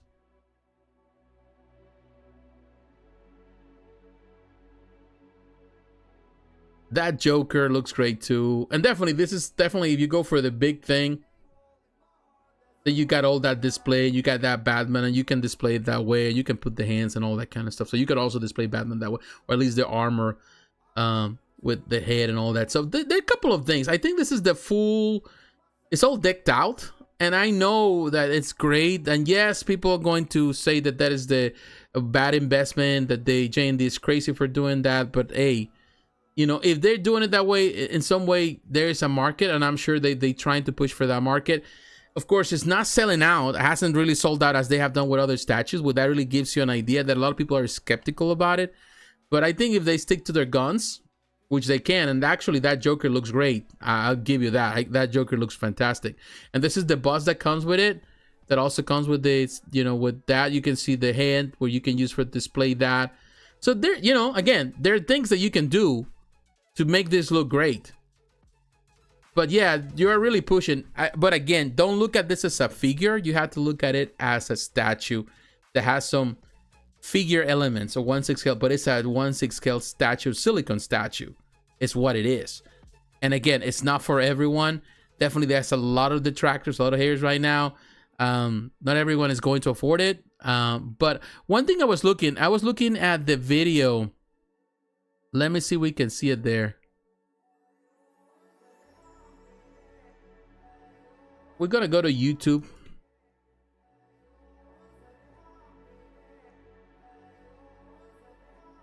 I'm not here just to defend what JND is doing. I gotta be honest with you. However, I'm not going to say that what they're doing is trying to, they're doing something terrible and selling you crap. Morning light. We're the healers. And here you can see, maybe you can see it here. This is the video. I will recommend you to watch this video. This is where they did for the display for the images. They created all this really interesting looking display. I would recommend you to come and look at JND Studios YouTube video. I watched it today. I was looking at the stuff that they did there. It looks very nice session where they took all these pictures and the imagery. They're trying to copy the same. But again, this is a statue. And they are very clear. They were saying that, of course, they understand that this is not going to be comparable to the 1/3 scale version of this that they have. But they, as a 1/6, there's limitations. And this is Kojun, the main art director. Amazing work. So this is a fantastic. They have a couple of videos where they talk about the way that what they're doing, what they envision with this figure. I definitely like what they're doing, as you can see right there. The silicone, the painting. It has the rooted hair, those glass, those eyes, prosthetic eyes.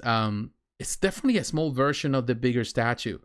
And if you don't think that that is close to the actor, then definitely, I'm sorry. I don't know. Maybe you need to check your eyes. But to me, it looks accurate to the actor. It looks really neat. And yes, again, I see it as a statue. And yes, at the same time, you know, I would prefer to have a figure where I can do more displays. But let's be honest, most of the time, you're not going to do a lot with these figures. You're going to find just a static pose and you're going to keep it on the static pose forever. And I think that they're trying to do more than that. There's a couple of things that they do. Like, for example, this is the thing, the technology they're using, as you can see, where you can move the neck in different ways. You can go up and down. That's something that you're not going to be able to do. That's not Hot Toys doesn't do. That's something that they're trying to convey so they can come up with these different poses on semi-statues. These are semi-statues. Look at this. This is part of that technology. And at the same time, that really, the concern would be for me, it's like, okay, it's how durable they are, because at the end of the day, it's, you know, silicone deteriorates eventually, even medical silicone. So yeah, the likeness is there, but how well they need to be preserved and what type of temperature, you know, and you look at the rooted hair, definitely this is more, of course, when you look at the pictures, they look different. In the video, you can see a lot more. Yes, they're great. But yeah, the prices, it's something that is something to concern about. But again, I don't think JND Studios is going after everyone. They're going at a very small group, a niche group that is willing to pay the price to have the ultimate version of this character, at least in this scale. That is just my opinion. Of course, you can disagree. We can disagree on it. Ultimately, everyone has a different point of view based on that. All right, my friends, I think we already covered enough of this action figures, which is interesting. Let me see if we can look at some of the I think everybody's kind of quiet. Everybody's being quiet, but thank you for those who are really watching this. I appreciate that you take the time. It's always a pleasure. Don't forget, leave a like. Leave a like. Let me see if you can see my leave a like. Leave a comment. Let me know that you're watching. And if you know anything that you may consider my opinion here. Let's get now. We already started with kind of the hybrid statues. Let's go to another statue maker, but we're gonna start very small. We're gonna go moving up with the scales. I want to go to Let me see. I'm gonna take you to... I hope you're having a fantastic start of the weekend.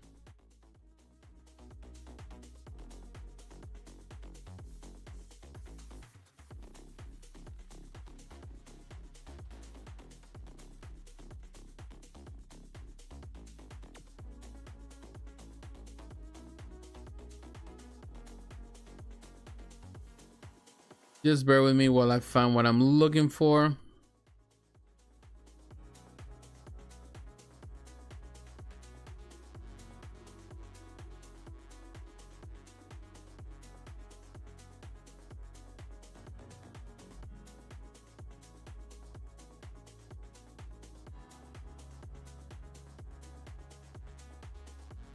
All right.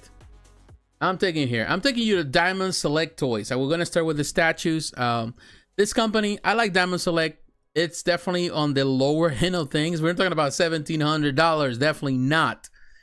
But of course, you know, like I try to cover as much as possible for all collectors, because at the end, you know, we all collectors, we all like certain things. So Diamond Select, of course, the action figures. I love some of the stuff they produce. Fantastic stuff. They have definitely more on the low end of things, but definitely on the, they have some cool stuff. And some stuff that is very unique. They have the comics gallery thing, which is fine. Which is definitely PVC stuff if you're interested. But I want to talk about this, the X-Men, the animated series mini bus. I think this is a line that it's very affordable, at least this price, which I feel that is already up there, because it started very less than $50, now it's $90, but everything has gone up. But I think this is a very unique interpretation of Morph. Morph, of course, from the cartoon. With this animated mini bus collection, is about the anything that has to do with the cartoon, with the X-Men animated series. And I will tell you, when I look at this one, it's kind of cool because it has interchangeable parts, which to me is always fun. I look at this one, it has the cel shading that some people don't like, but I think it works well to represent the animation. So here you can do certain things with the hands, looks fine. And now you can interchange. You have two interchangeable things. You have interchangeable portrait. It looks so, I like this portrait, and that interchangeable hand. So it has the good side and the evil side. And they did a fantastic job with it. This is a very fun mini collection. They're not that big of, you know, scale wise, but that is very cool. And you know, they have done a fantastic with this line, you know, with this animated series, and they keep building that stuff. But look at Morph. Of course, this is on the cheap side. Not everyone likes this kind of thing, but if you have a small collection of things, a small space, this is definitely something to build on. It's less than 6 inches, as you can see. It's not that tall. But that is really, really cool. And let's see if there's anything here. Let's see if we can find, for those who are unfamiliar with it, let's see if we can find some of those, the X-Men, the animated series. Let's go there to give you an idea what they've been producing so far. Of course, now we have a Morph, of course, there, but also you got Mystique, which I will tell you on pre-order. That Mystique looks fantastic. That Mystique looks great. Look at Mystique. Very nice depiction, of course, based on the animated series. Nice job. And they all have the same base, which is good. It kind of plays well with the theme that they have, which I like that. I like it when the bases kind of all work well together. Something that sometimes I discuss about some producers. They produce all different bases. They don't match at all. They also have this Psylocke, also on pre-order. They all have the same price, which is good. Psylocke looks great too. Very nice depiction, very figure. Some people may complain about the portrait, the face, but definitely that's nice. It's a really nice collection, man. They have done really a nice job with it. And it looks really good. Let me show you another one. They're all within the $9 price range, which is really nice. The only one that you can see, there's some that are more expensive because of what it contains. You have, for example, they have Apocalypse. It's $100, of course. He's going to be a lot larger. But that is a really nice depiction based on the animated series. And mini boss, I'm a big fan of mini boss. I'm a sucker for mini boss. I like how pleasant they are. I like they fit anywhere. You can build an army of them easily without really breaking the bank in comparison to other statues. And they look fantastic. And definitely they went for the animation, and they went really, really well with it. Here you have others. Of course, they got the beasts, $80, which is cheaper. That's a really nice beast. And then of course they got Jean Grey. That's 120, but that one has more of a clear resin in the back, which adds a little more of that risk when you have to. It's a bigger box, so it requires more protection and all that. So there's more cost in production, so they have to kind of go for it. But beast looks amazing. That is already for sale, so you can buy now.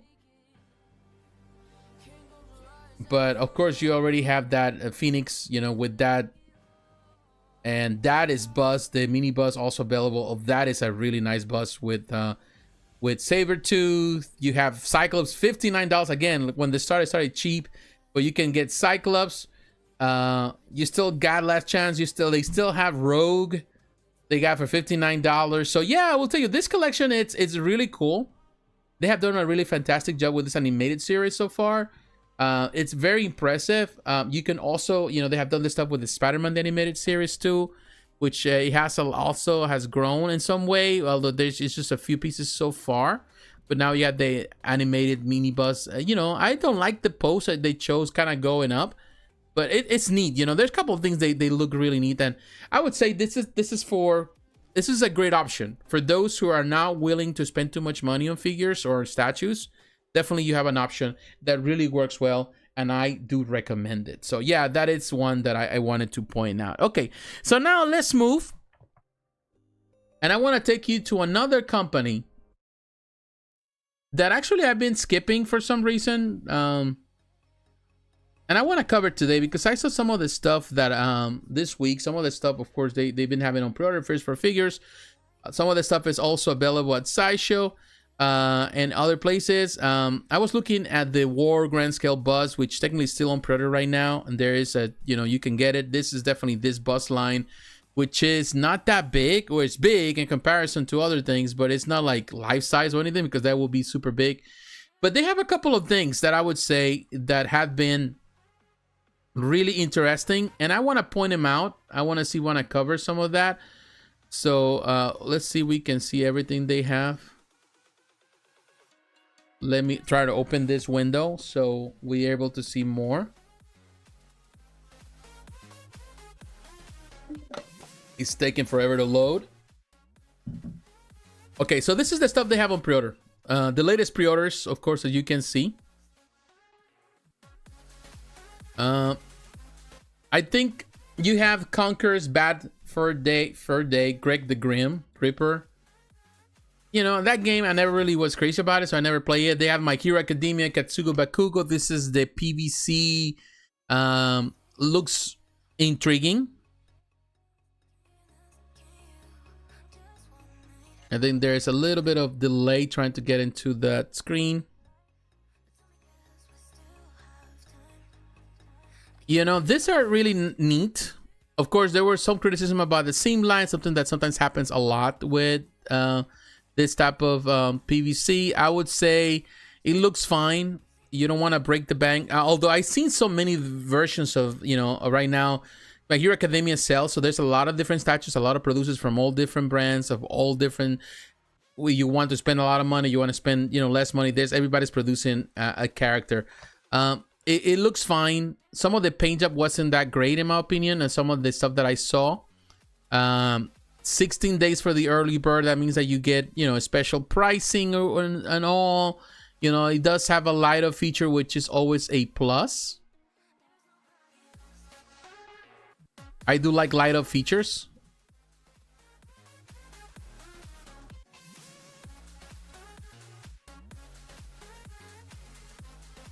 So it's cool. Some of the seam lines in the hair, you can see some of that's of course is the criticism there. And definitely the price is up there. But when I'm looking at other pieces like even Kotobukiya selling the Bishoyo for $200, I realize that You know, we have come, even PVC has come to a place where it's really expensive even to produce for them. So it's cool, you know, for those who are interested on that one. And yeah, definitely, as we are looking at My Hero Academia, let me see the other. Let me get out of here, trying to get out of this screen. I think it's kind of slow for sure. So you look at that. Let's go at that Bat for a Day, Greg the Grim. Now that we're here, exclusive edition, $344. Definitely, I feel that, you know, it's within the First for Figures price point.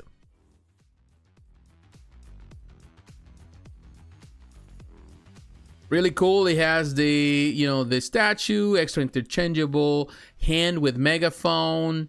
It has the base with a limited edition numbering. So this is just what First for Figures does. You know, you get when you get their limited stuff with them, you know, you get your numbering. It does have the light up feature, which I think they do really great with those light up features. It's pricey, yes, you know, but definitely there's a big fan base out there for like First for Figures, particularly anything that has to do with gaming. They do well, and they know their market. They target that market well, and that's what you can do. You know, that's what you can do when you have a company. The best you can do is just to try to target your market and understand your market. You know, you have to stay in your lane. Now there is one here that I want to look at, and this is another PVC. This is Darkstalkers Morrigan. This is an exclusive combo. I think they have 2 different variations of that. This is something that actually went on pre-order, I think, at the end of December. It's kind of cool. You know, Morrigan is a character that sells, and I gotta be honest with you, you can get the 2 different variations of it. It's a very nice PVC statue, very nice interpretation of it, really nice. It seems that it does have a light up feature, or it's or it is kind of bright with certain light. It looks bright. It's not a bad figure. A very, I would say, it's kind of tame in some way, but there's everything that has to do with Morrigan is sexy. So she definitely looks sexy either way. I think the criticism, of course, some of it might be seam lines here and there, but I gotta be honest, you know, from any angle, it's hard to see where the, you know, and yeah, it does have a lighter feature. It's hard to see where, you know, if there's any type of seam line that can interfere. So you have that. $229, of course, you got for the 2 for the set. And you can buy them separately, $119, $120 each. So you can go for the whatever you want to have them both, or you want to have just one. So the option is given, which is cool.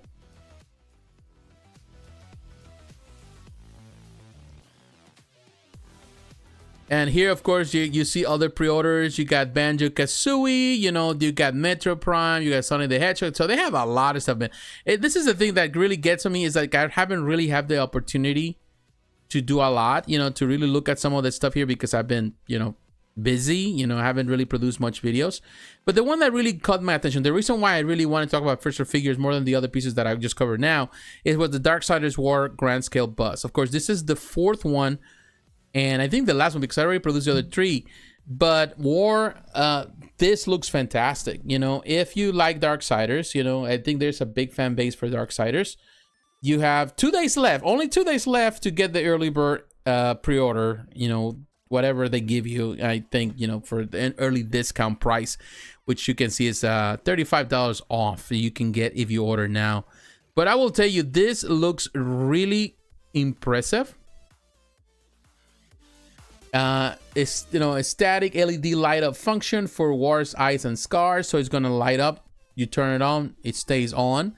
Darksiders War Grand Scale Bus resin painted statues of resin, base with static LED function and limited edition numbering, and it says manually rotating base with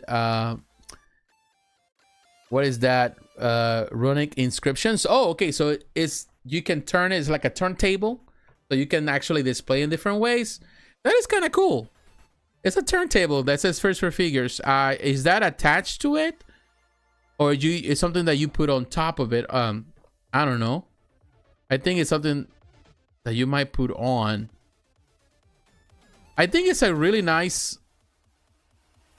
if you're into bus, and there's a lot of people who are into bus, and it's not bad. As you can see, it's not super scale. I would say maybe half a scale, or even a 1/3 scale, even less. It might be a 1/3 scale, or even quarter scale. It looks really good, but it looks really nice. I love the detail, fully sculpted one. Now, to give you an idea about this collection, because of course it's not the only one that they have done.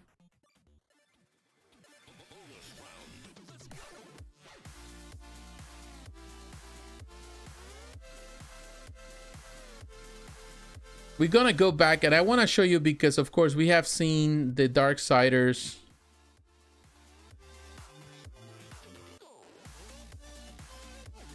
You're gonna look at the grand scale bus, so I can show you the other bus on this collection for those that haven't seen it. Of course, they have some of Spyra stuff, but here you can see the other bus that they actually are part of this collection. Here you have, for example, Fury.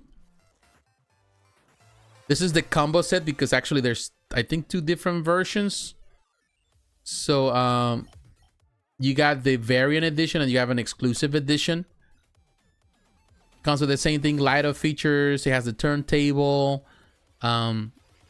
Look at that, the variant that you can do all sort of things, different colors with the LED. That is really cool. You can go with that here.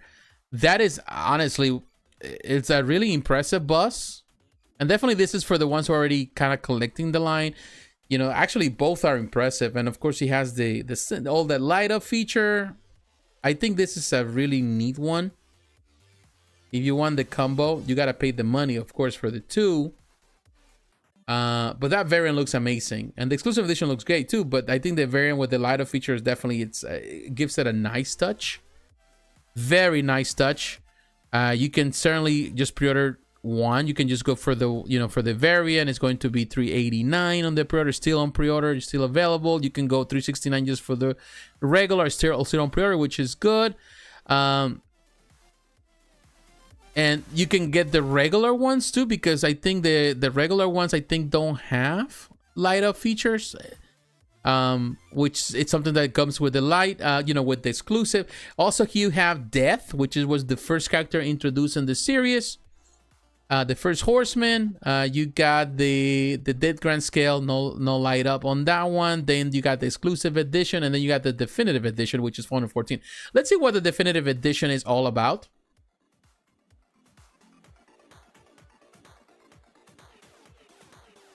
And then waiting for the page to load. Now this one, I think I did talk about it before here on the channel, if I remember well, but it does have as you know, because being the ultimate definitive edition, you got the dust perch on Dead's shoulder, so you got that crow. That's ultra realistic dust. That's when they wrote it down, but it's just a statue of it. You get the eyes, they light up. The amulet shards also light up. Of course, the base light up. Collector's box with edition sticker, which seems fine. But very nice detail with this bus. Definitely for the fan of this collection, the fan of this gaming franchise, definitely is the ultimate representation of the character. It looks really, really neat, as you can see. So that's War. And ultimately, because there's been 4 of this in this collection so far. Let me show you.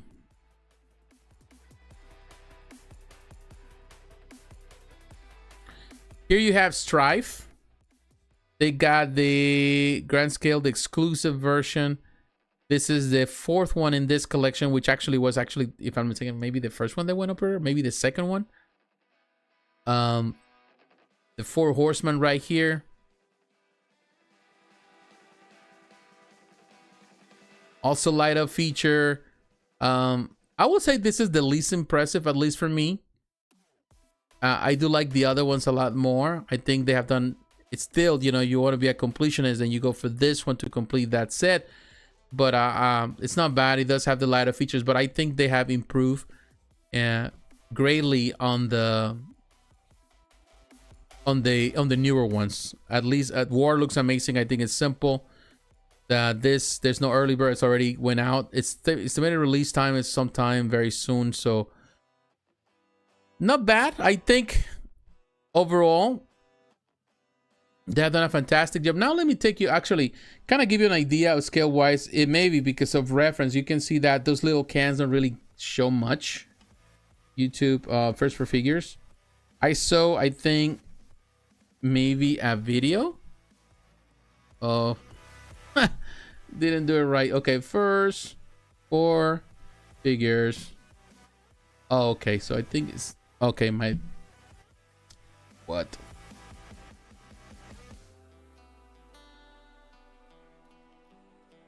Maybe we can get that. Let's see here. Of course, you can see the videos. Maybe we can see something.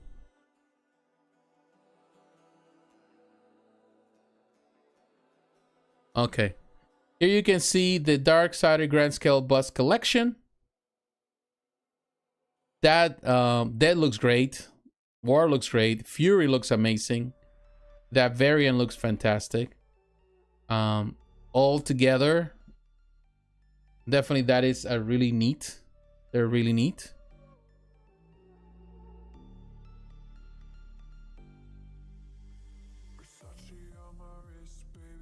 They definitely have done a really fantastic job in bringing them together. Let me see if we can see for reference.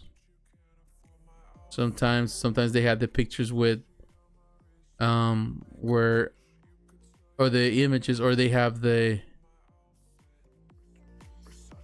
let's see if there's anything there we can take off.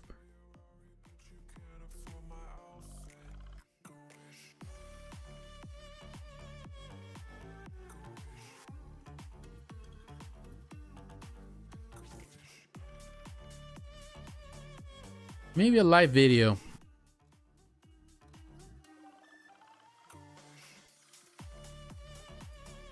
Yeah, I don't see it, but that kind of gives you an idea. Maybe we can see it on Facebook. First for figures.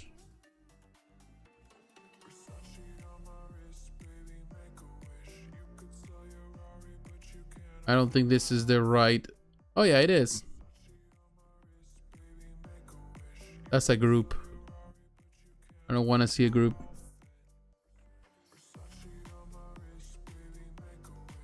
Okay.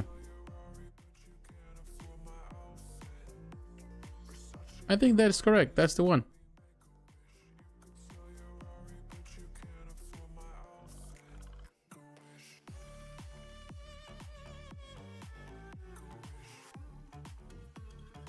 That is, you know, the image of that. I just want to see a comparison with a person, like to see someone standing right next to that, just to give you a reference of scale. I don't think the girls that work there are too, you know, like tall, but oh no, that's not gonna work. Sometimes I hate the way Facebook kind of sets the pictures. It should be like all pictures are kind of set up in a way that makes it easier for search. We might have to skip it just to save time.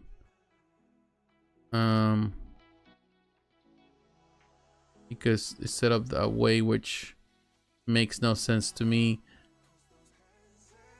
Tag photos. Okay, so there's just when someone just tagged them. Okay. I wish there was more explanation of it. Or better explanation. But I don't see it. I don't really see it. I've seen some pictures before, but for some reason I don't see pictures of one of them standing right next to at the moment, and that kind of gives you a better idea of the scale, because that is actually what, maybe I was looking at it on Instagram. Probably. Oh, right there. That gives you an idea. So they're not big. That is definitely within the 1/3 scale. That gives you an idea. Even 1/4, I don't know how tall she is, but definitely that gives you an idea of the scale of this. I think it's fair. The light up feature, I think, is what adds up and gives it a really nice touch. Definitely, I would go for it. If you gotta go for this collection, I definitely go for the ones with the light up features. That's best. All right, my friends, thanks for watching. Appreciate those who are taking the time. All right, so now I want to move. We already took Fairs or Figures. I want to go back to Sideshow. Let's go back to Sideshow Collectibles. And I want to talk about their own products. Particularly, first, let's start with this Yasha Nydoorin. If you are a fan of the Mighty Nine, you're a fan of, you know, all that Critical Role stuff, then definitely you're going to love this. You're definitely going to love this type of statues. And this collection has been growing. You know, this collection has been growing, which is amazing to me. They're not that big of figures, statues, but they're really well done. And there seems to be, they've been promoting a lot, and the statues, not all are winners in my opinion. They're not that big within the 1/6 scale, 12 inches.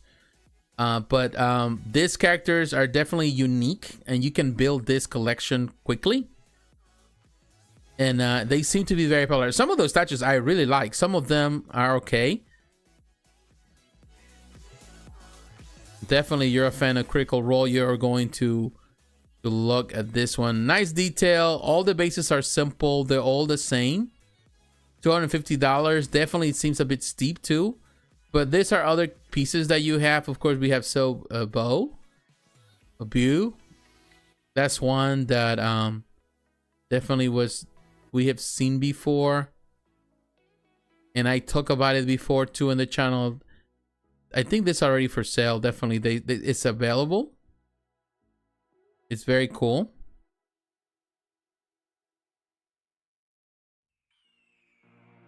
The year is 1991. Birds and people are living together in seemingly perfect harmony. Until one day, a young man catches fire. This is Phoenix. And of course, you got this one, the Mighty Nine, Jester. You got the Not the Brave. These are actually for this particular group, but when you really look at Critical Role, like let's say just Critical Role, let's see what it comes up. They have built these teams of Critical Role, as you can see right here, all the pieces that they have been formed so far. Of course, you had this one, you got the Mighty Nine of this particular group, you got Caleb, Widowgas.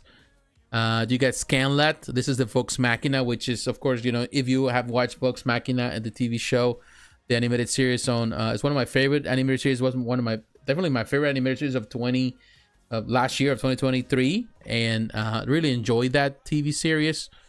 And here you can see the characters from Vox Machina, Pike.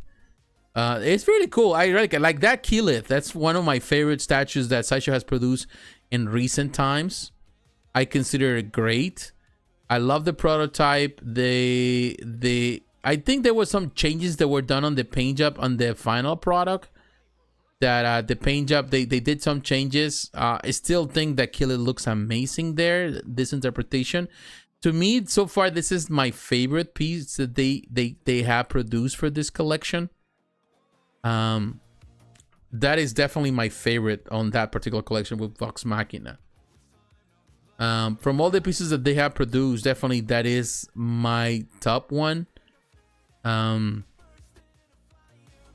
of course, you know, like Grog was super popular, and I think that's another favorite of mine that is on the wait list. It's sold quickly. Vexalia Vex looks great too, and of course her brother also on the wait list. Vax, they kind of work together. She's one of my favorite characters on the animated series, of course. You know, and to be honest, I don't care much about Critical Role. Like, I don't listen to the podcast. I don't really read. I have read the comics, though. I have read the comics, but of course, the comics are based on they are based on the animated series. the comics from Dark Horse Comics. I have read those, but you know, I like them. I definitely, there's a great characters. If you have never watched the show, I highly recommend it. There's character development. Beyond that, I don't play the game or anything like that. I don't do any of the stuff like that. But yeah, I've seen some really nice pieces. Percy here, really cool looking too. I wish there was one that is actually based, because I know Dark Horse Direct, Dark Horse Comics has been doing also their own statues, but I think Sideshow does a much better job on the statues that they've been producing. They look fantastic, and but yeah, they're all great. But yeah, they're doing some really nice job. This, of course, this part of the Mighty Nine. This one is really intriguing. Again, you have to be invested, and all the bases are kind of simple. They all kind of follow the same format, and that is definitely one of the reasons why I also like Kill It, because that one actually went out of that, and they kind of build that, of course, with that base. It was a very different, unique take on the base, and I think that's the best one that they did so far. So yeah, there is something to watch right there. Okay. All right. So now that, again, we're here at Sideshow, and now we're going into the good things, or at least the things that everybody cares about. And in this case, we have to cover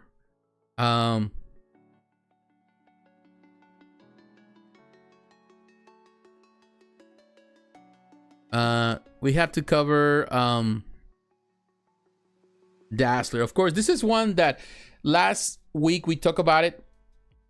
We discussed some of the things that they were there, the things that were really cool about it.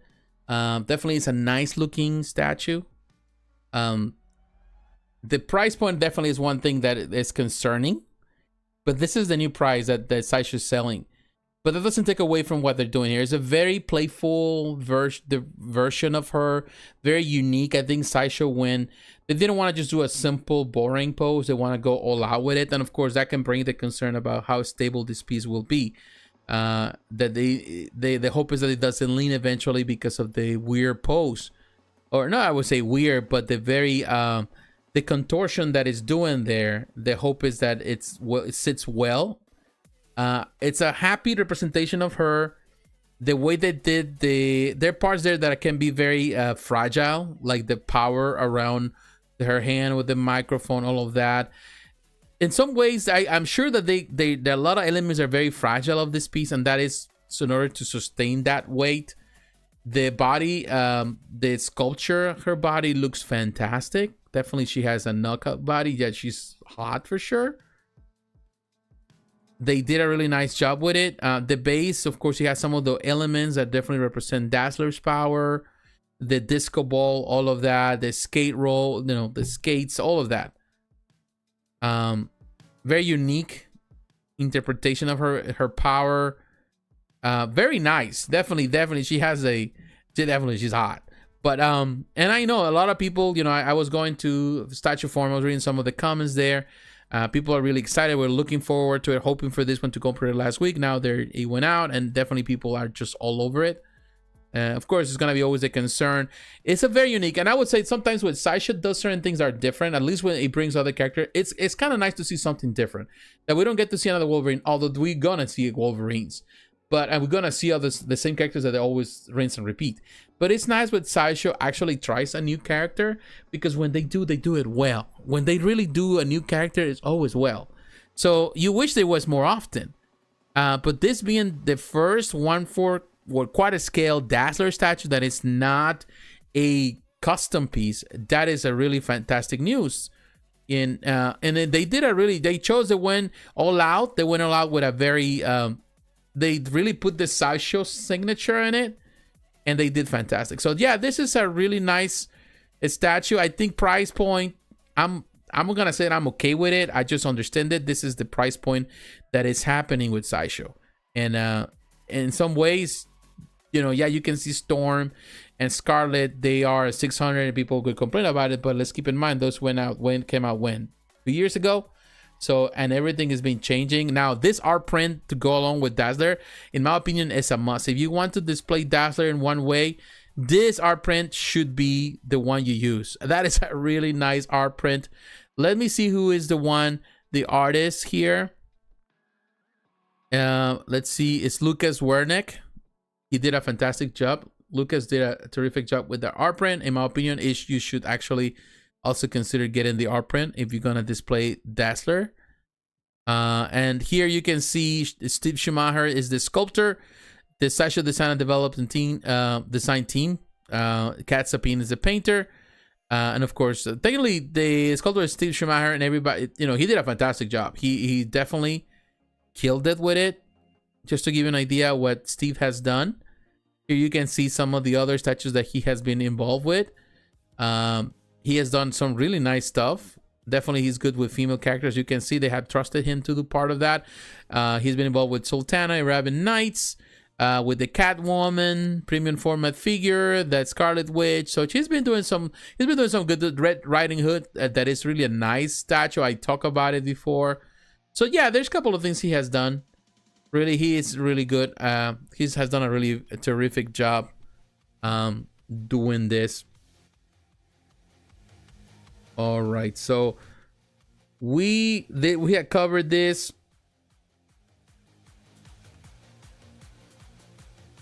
All right, let me. I've been at this for a little bit. Let me take another break, and this is gonna be our final break because we still gotta come back. We're going to cover Prime 1 Studio. We're going to talk about what else? Prime 1. Let me look at the PCS. We have something to talk about PCS, and also we have to talk about XM Studios, and of course, we will cover all the company stuff today. So just bear with me. Give me a few minutes, and I'll be back. Before I go, let me see if there's any comments. Nobody has left any comments. Like, seems like everybody's doing something or everybody's busy. But yeah, you know, I'll be right back. Thank you.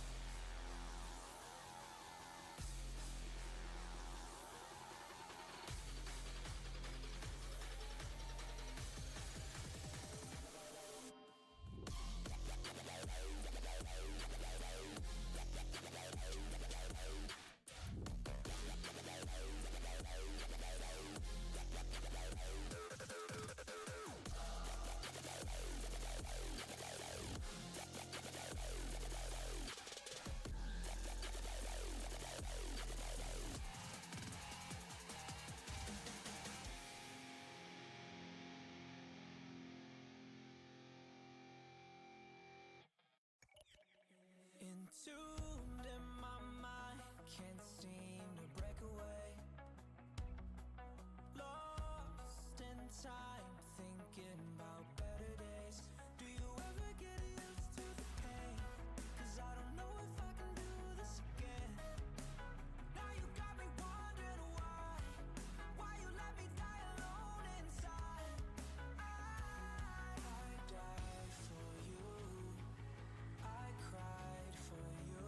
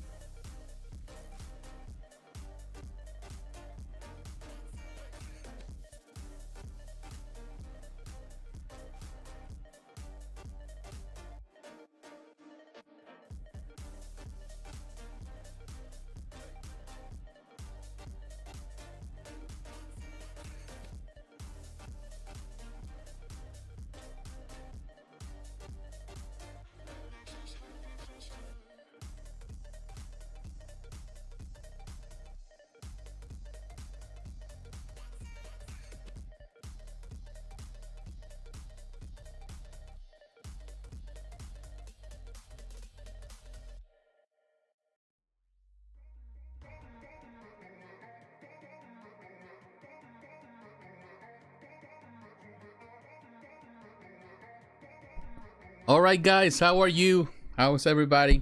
Thank you for allowing me the time to take a quick break. I had to take a break. I had to get up and walk. I had to go and do something.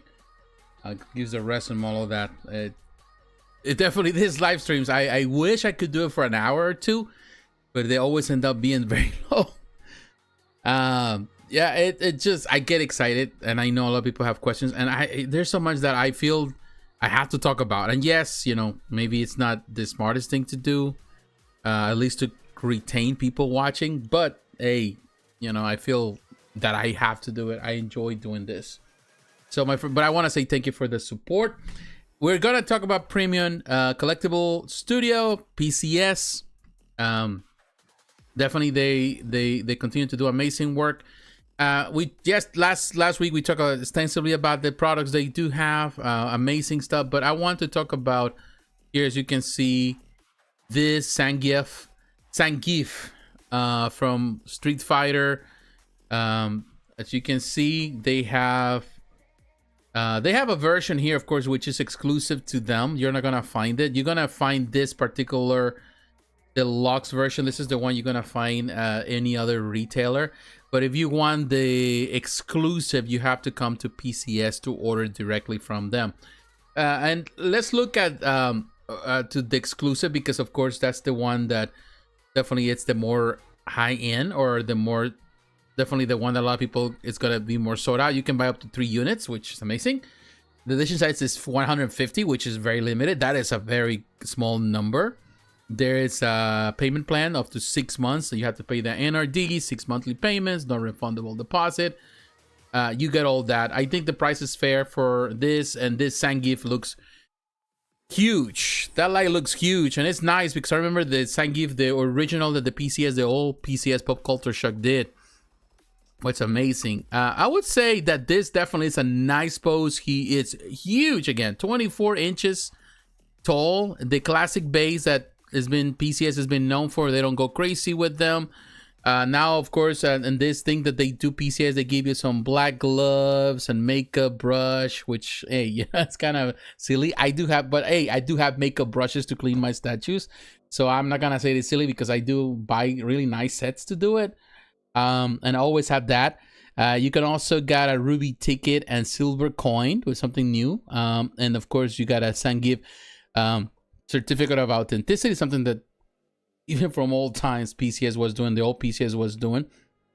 And the chance to win, chance to win a 1 ounce real silver coin, and chance to win the ruby ticket under, what is that value at $100 of your next purchase. Okay, so they give you some, okay, that's what it means there. I understand. So they give you you get the chance to actually get a discount next time or do something. But I think it looks great. It's a very nice, very neat depiction, the classic Zangief.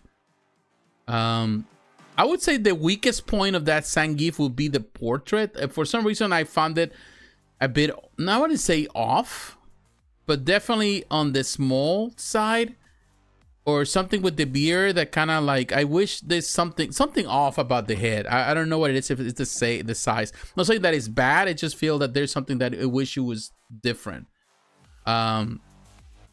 I think the original had a much better portrait. And not saying that it's bad. I think the body's excellent on this one. And definitely they went for a very nice, you know, very classic pose.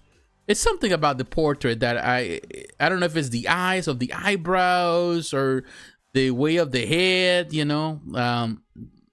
Maybe I'm just looking at it wrong. I feel that it needs some work. But this is the other one. This is the version that you're gonna find everywhere else. I even see in a Big Bad Toy Store. The deluxe version with the interchangeable portrait, which is very unique. It's not bad, as you can see. Even the new portrait, that portrait is kind of sick. This is actually a nice version. I would say the deluxe version, it doesn't look bad at all. And there's always going to be the completionists that need to have everything. So, of course, they're going to have the 2 versions. It's not bad. I still think the classic is the way to go. But the option for that is there. And there's going to be $300 for this version. That gives you an idea. Now, if you go to Sideshow, You can see that there's the two versions. There's actually two versions. There's the deluxe version, which is the gun that has interchangeable portrait, and you also have the regular, which has the classic portrait. So I think that's what it is. The deluxe version, or no, yeah, that's what it does. It does have interchangeable portraits.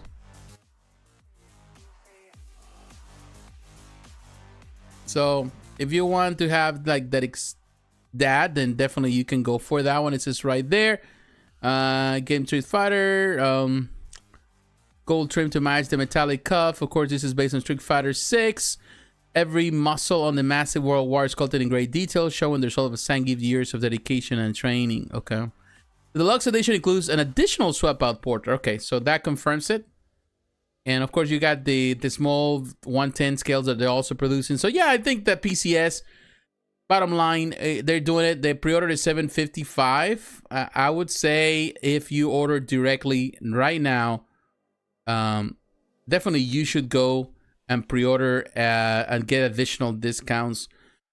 The early pre-order window, an additional $34 discount back on PCS loyalty points when items ship. So yeah, there's things that actually benefits of pre-ordering directly from PCS that you should do it. All right, so we do that. Now I want to go to here we are, Prime One Studio. Look at this Batman. This is waitlisted. We're gonna talk about it in just a moment, but before we talk about it, before we cover that, because I now see that it's now back on Sideshow. Oh, they have it open and this already waitlisted here, which is good news for those that love Sideshow. I think the Sideshow is the place to go. That's the option there, because as you can see right here, this is waitlisted. This version, the ultimate version, is waitlisted here. So an option is here. But before we cover that, before we really cover that option, oh, I'm here in the wrong place. Let me go and look at the new product, which is this one, the Velociraptor Male 1/6 scale. This is technically what went on pre-order. There are the things that went on pre-order, but we're not gonna cover those. There are more anime stuff and some of that the smaller stuff that they're selling now. 1/6 also PVC stuff. We're not gonna cover that. But this is 1/6 scale, 350 pieces. That is the edition size, which is very limited. It's $1,000, and definitely would say, well, it's that 1/6 scale. But let's keep in mind that yes, it is that. However, they have a video there, but this is a 1/6, and Velociraptors are not small, so it's pretty large in comparison to other things. In comparison to some statues, definitely does have some scale, but the level of detail, as we have talked in this channel many times before, what they do with this statues and the bases and everything they do with the Jurassic Park, they have the best representation of Jurassic Park. You can go for something small, you can go for what even Iron Studios is doing, which they're doing really amazing stuff. But ultimately, I think Prime One Studios has been doing. Other companies, of course, they're no longer doing that stuff. Some companies close business, close shop, close doors. But looking at this is good. So let's look at the picture. So look at this, the level of detail. The bonus version, you get the Velociraptor resonating chamber. This is something that comes with the limited version. But look at that. And that, of course, that's a huge base with a lot of detail, which they have proven to do it. I think Jurassic Park 3 is probably my least favorite in the Jurassic Park franchise. It's still an enjoyable movie. You still can watch it. It's part of the whole thing. Of course, the first one is the best. Maybe the second one also is a good follow-up. The third one probably lost me a little bit. The new Jurassic World definitely got me back, particularly the first one. So there's pluses. There's a good amount of pictures. And as you can see with this other Velociraptor there. Is that blue? Oh no, it's a female Velociraptor. Okay. So, you know, like for the people who have been collecting this collection and they are fans of this franchise, it's a no-brainer. This is and there is a big fan base out there for dinosaur statues and stuff. Definitely this is one that it looks really neat. good amount of pictures here. But the level of detail, as you can see on that base, the detail there, it follows the same trend that they've been using for all the bases, which stays true to what they trying to accomplish to maintain the cohesion in this collection. That is definitely something that is important to mention. Oh, Eddie, how you doing? Thank you, sir. Thank you for that. It's really cool. Look at that. I'm really impressed by what they're doing with this. And I love the paint job. I love the detail. Definitely. This is a collection that if I had the space or the money for it, I would have gone for it a long time ago. But, you know, I have so many things to collect that, you know, at this point, you know, you have to kind of watch from a distance and really enjoy what they're doing. But yeah, there's a lot of pictures there, and definitely this collection is really neat. $199. I'm sure there's gonna be available at Sideshow at some point for those who are interested. The whole collection as a whole, everything they have done, from the big stuff, from even the small little dinosaurs, has been terrific. It has been really, really fantastic. Let me go back and look at some of the comments here. Great show for so far, JP. What's your thoughts on the price? On the price of this statue? Love Prime 1 Jurassic stuff. I agree they have the best representation of dinosaurs. I want to have at least one statue to represent the Jurassic Park world. Me too, man. I need one. And I think if I have to choose from all the statues that they have produced, let's see if we can go back. They've been coming out with some great dinosaur stuff. Yeah, man, they have. At least, in my opinion, I need to have at least one, and I'll be happy. I'll be happy if I can get at least one. I think the one that, in my opinion, is the best, or the ultimate for me, I will go for the Rotunda T-Rex. That, I think, personally, I think is the ultimate representation. Of course, they had it on stock, and the price is not bad, actually. If you compare it to other things, $600. Oh no, $900, of course. But that, if I can have one, I am definitely would go for this one, because I think that is what represents so vividly. And this is, of course, the smaller version, because they had a larger version than this, so this is a smaller version. But I think that would be more than enough. This is the little baby representation. I like the one that has even the Velociraptors fighting. Again, here you can see that is not bad. This is the one, the run. This is the big brother. This is this is the ultimate version. This is the best version. But yeah, this can go. But you know, even the blue, what they have done for the newer film and the newer films, has been good so far. The whole collection as a whole has been terrific, you know. And they have so many things to choose from. It's just hard to kind of say, hey, this is the Jurassic series, for example. It's just hard to say which one, because the options are so, you know, they're there. Even from the PVC stuff they've been producing, the vinyl stuff has been really fantastic. That's more my cup of tea, or what I can afford, but it's been really great. And I need to probably get one of this, you know, one day, just to really look at it and see.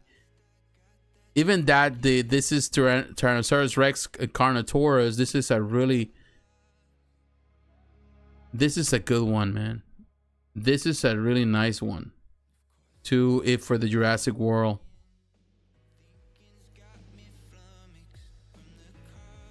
Man, I don't know. It's impressive. I don't know. I look at it, I'm like, yeah, man, I could actually go for it. But at this point, I'm telling you, I gotta be honest with you. I'm at this point right now in my life where I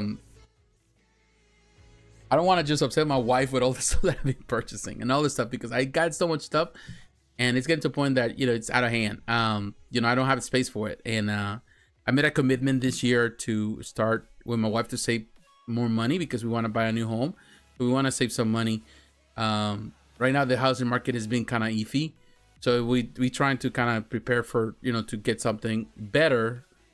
So I've been thinking about it, and I'm like, I need to stop spending so much money on things and put some money aside. Plus, we have other things. We have plans. You know, I definitely want to travel more this year or next year. I've been doing some traveling, but I want to do more travel. So that means more using that money that I've been using for my collectibles to kind of put it where actually they can do that. Also, we're considering about do more, prepare more for the future, things like that. So it's a lot of things that we want to do. So I have to kind of make a decision of what I need to do with my life. So there's a lot of things that we've been doing, talking to her, you know, trying to come up. At the end of the day, when you're married, you have to make decisions together. Yeah, big brother is the one I would like. I'm patiently waiting because they are always releasing Jurassic statues. Yeah, they've been doing it. They've been nonstop with it. They're consistent. So I think that there is, and also another good thing to think of it is that the more statues that they produce, the more they are available in the market, and people end up selling stuff to buy the new stuff. And I've seen people selling more and more nowadays, even Prime Studio stuff or XM Studio or some of the high-end stuff for lesser than what actually they were initially on retail, because they just want to get rid of them. It's sad to see it that way, but that is the way the market operates now. So it's a patient thing. You know, you have to be patient, and I think the opportunities open up for to get some of those great deals, to get some of the statues for the same price or for a better deal down the road. So there's no need to really go with the FOMO and just get some stuff right away and even pay the crazy shipping costs, when actually you can get something where you can pick up. I've seen a couple of sales, even people say, oh, you know, if you live in this area or my area, which unfortunately seems that everything happens everywhere else except close to my home. Like, I see people selling stuff in Canada or in California or in a lot of places where people say, hey, you come to my house, you can pick it up, you don't have to pay for shipping, just pay what I pay for, you know, for the price, not even shipping costs. And I'm like, okay, so that's good. So, you know, the options are there. You can really buy a lot of stuff. I was on the fence bat with the Jurassic World one right there. I think that I like Jurassic World, but ultimately I feel that the most iconic film is always going to be Jurassic Park on the original trilogy. So those are going to be the most iconic moments in my view. I like Jurassic World, I like the films, but even those films, they definitely copy so much to represent the classic moments.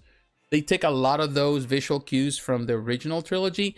So definitely at the end of the day, is Jurassic Park should be the one where the most iconic, and the pieces from that particular film are the most iconic in my view. I had to talk myself out of it. You know, I do that a lot. I've been doing that a lot lately, which just sucks, man. I'm telling you, talking yourself out of certain things really, really sucks. But you know what? You have to do it. Price point, Eddie. When you were talking about the price, I don't know if you're referring about PCS, about the what's the name, about Zangief. I think the price is right. When it comes about the price for Jurassic Park stuff, the $1,000 for 1/6, keep in mind, and what's the pose of the T-Rex I like? Yeah, it is a good pose. It's a passive representation of what you remember of the. It's a throwback, a homage to the original Jurassic Park film. So I would say, like, keep in mind, yeah, the price is expensive, but at the same time, when you compare it and when you look at the dimensions, the statue's size approximately is 15.8 inches tall. So it is, it's within the 1/6 scale, so it's taller than a 12 inches, taller than a, so it has a little height. Now, what really makes it is how wide it is. It's 25.6 inches wide. So it's 40 centimeters tall, 65 centimeters in width, and the depth is 33 centimeters. I think it's a very large, really has some dimension. So $1,000, perhaps I couldn't go cheaper, but definitely with the level of detail they have, the base itself, it's a masterpiece in my opinion. Just the base itself with all those details. Yeah, it's not for everyone. But looking at that base with all this, it's cool. It's a cool piece, no doubt. Expensive, yes, it is, but it's cool. All right. So while we are here still, well, let me go to Sideshow because I want to cover this. Like I was mentioning, the Batman Ultimate version of the Batman that were at Prime One Studio, they're completely on the wait list. They sold out, but they appear actually today at Sideshow. So that is good news for those who are really looking forward to this statue. The option is there.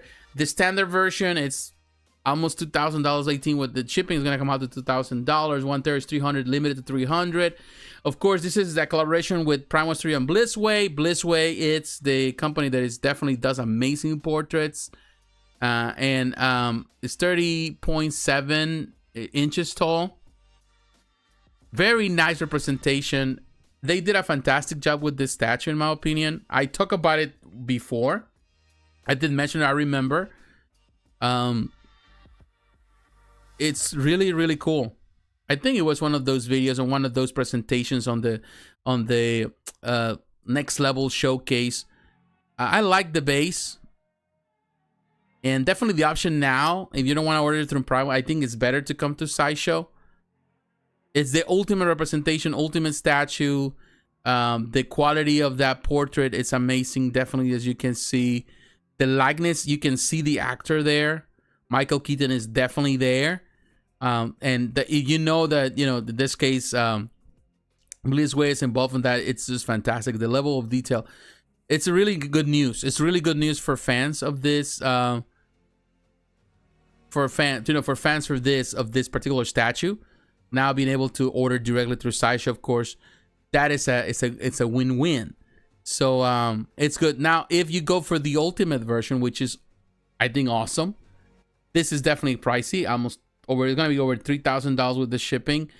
Look at that portrait. It's just bananas just to look at the detail here. Really nice, as you can see. Fantastic. You got two different bases, two different statues in this package. It's cool. Yeah, I wish actually that Batman itself had interchangeable on, with the without the mask, without the cowl. That would be awesome, but it doesn't have it. So, but this option here, and that's a nice pose, and I can see that JND actually took inspiration from the pose to kind of make it that, because it's a pose that is very, like, okay, like, like he is a playboy there. He's definitely acting the playboy part.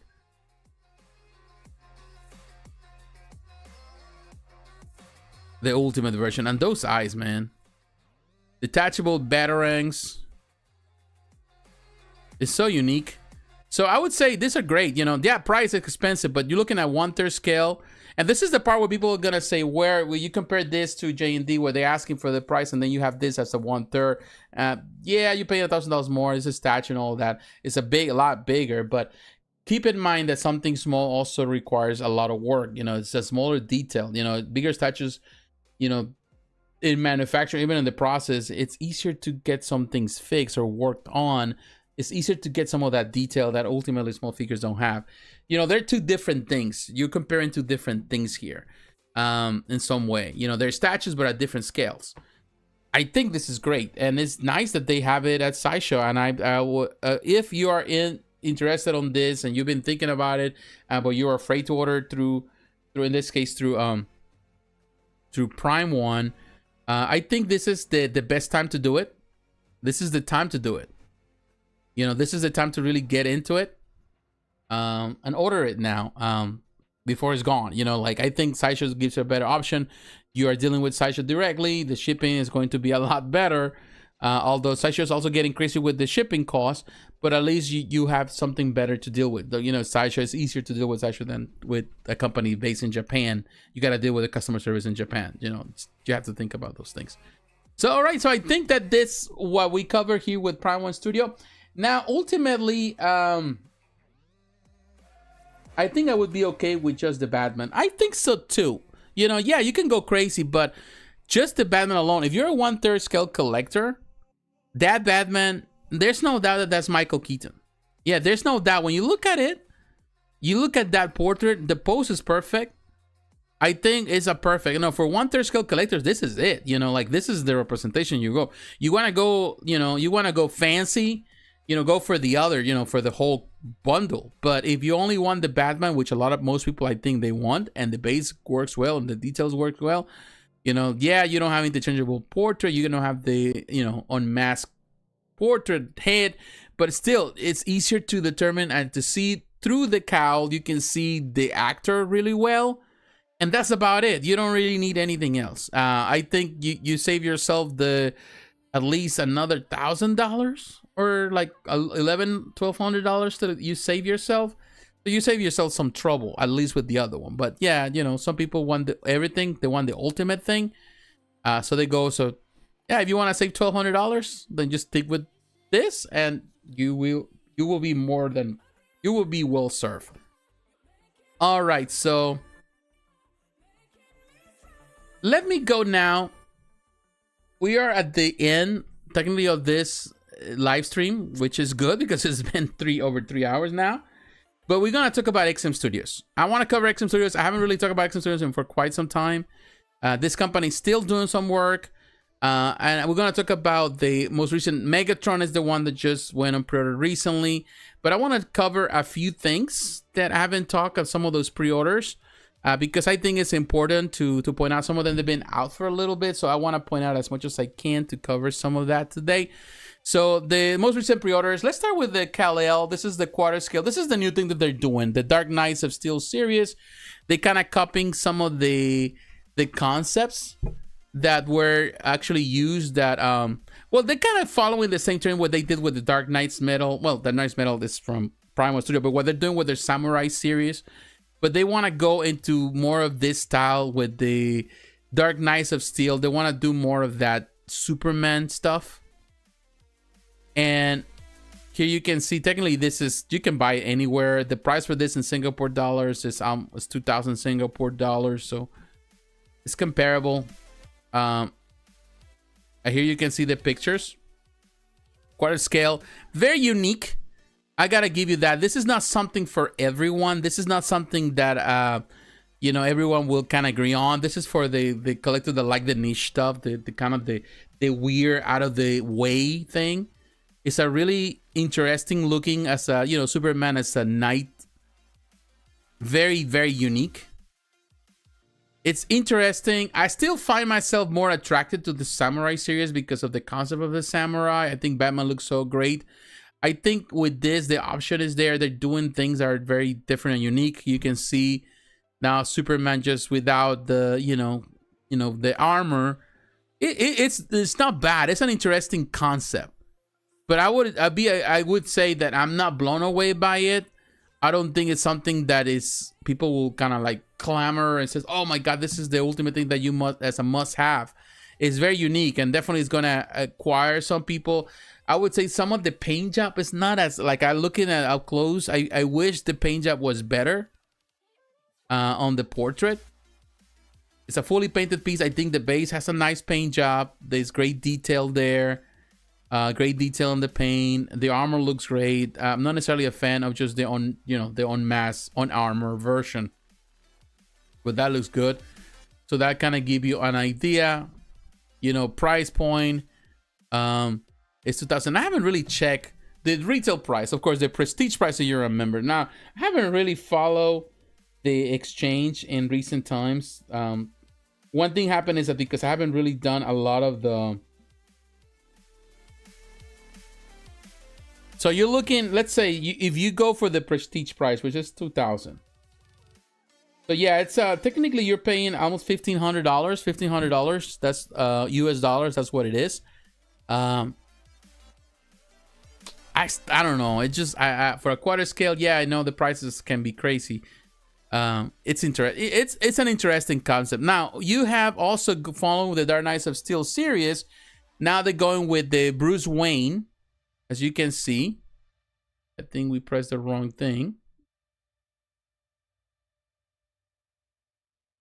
Bruce Wayne, Dark Knights of Steel, quarter scale, as you can see. Edition size 199 pieces for this one. And you have all the stuff. Let's look at the pictures because that is why you're here. Price is very similar to the other one, around $1,500. All in silver. I see a lot of silver. This is a very interesting concept, as you can see with Batman. I think I like. It does have that big sword. It does have a little bit of I don't know, like that very manga thing concept, or even video games that they love this type of.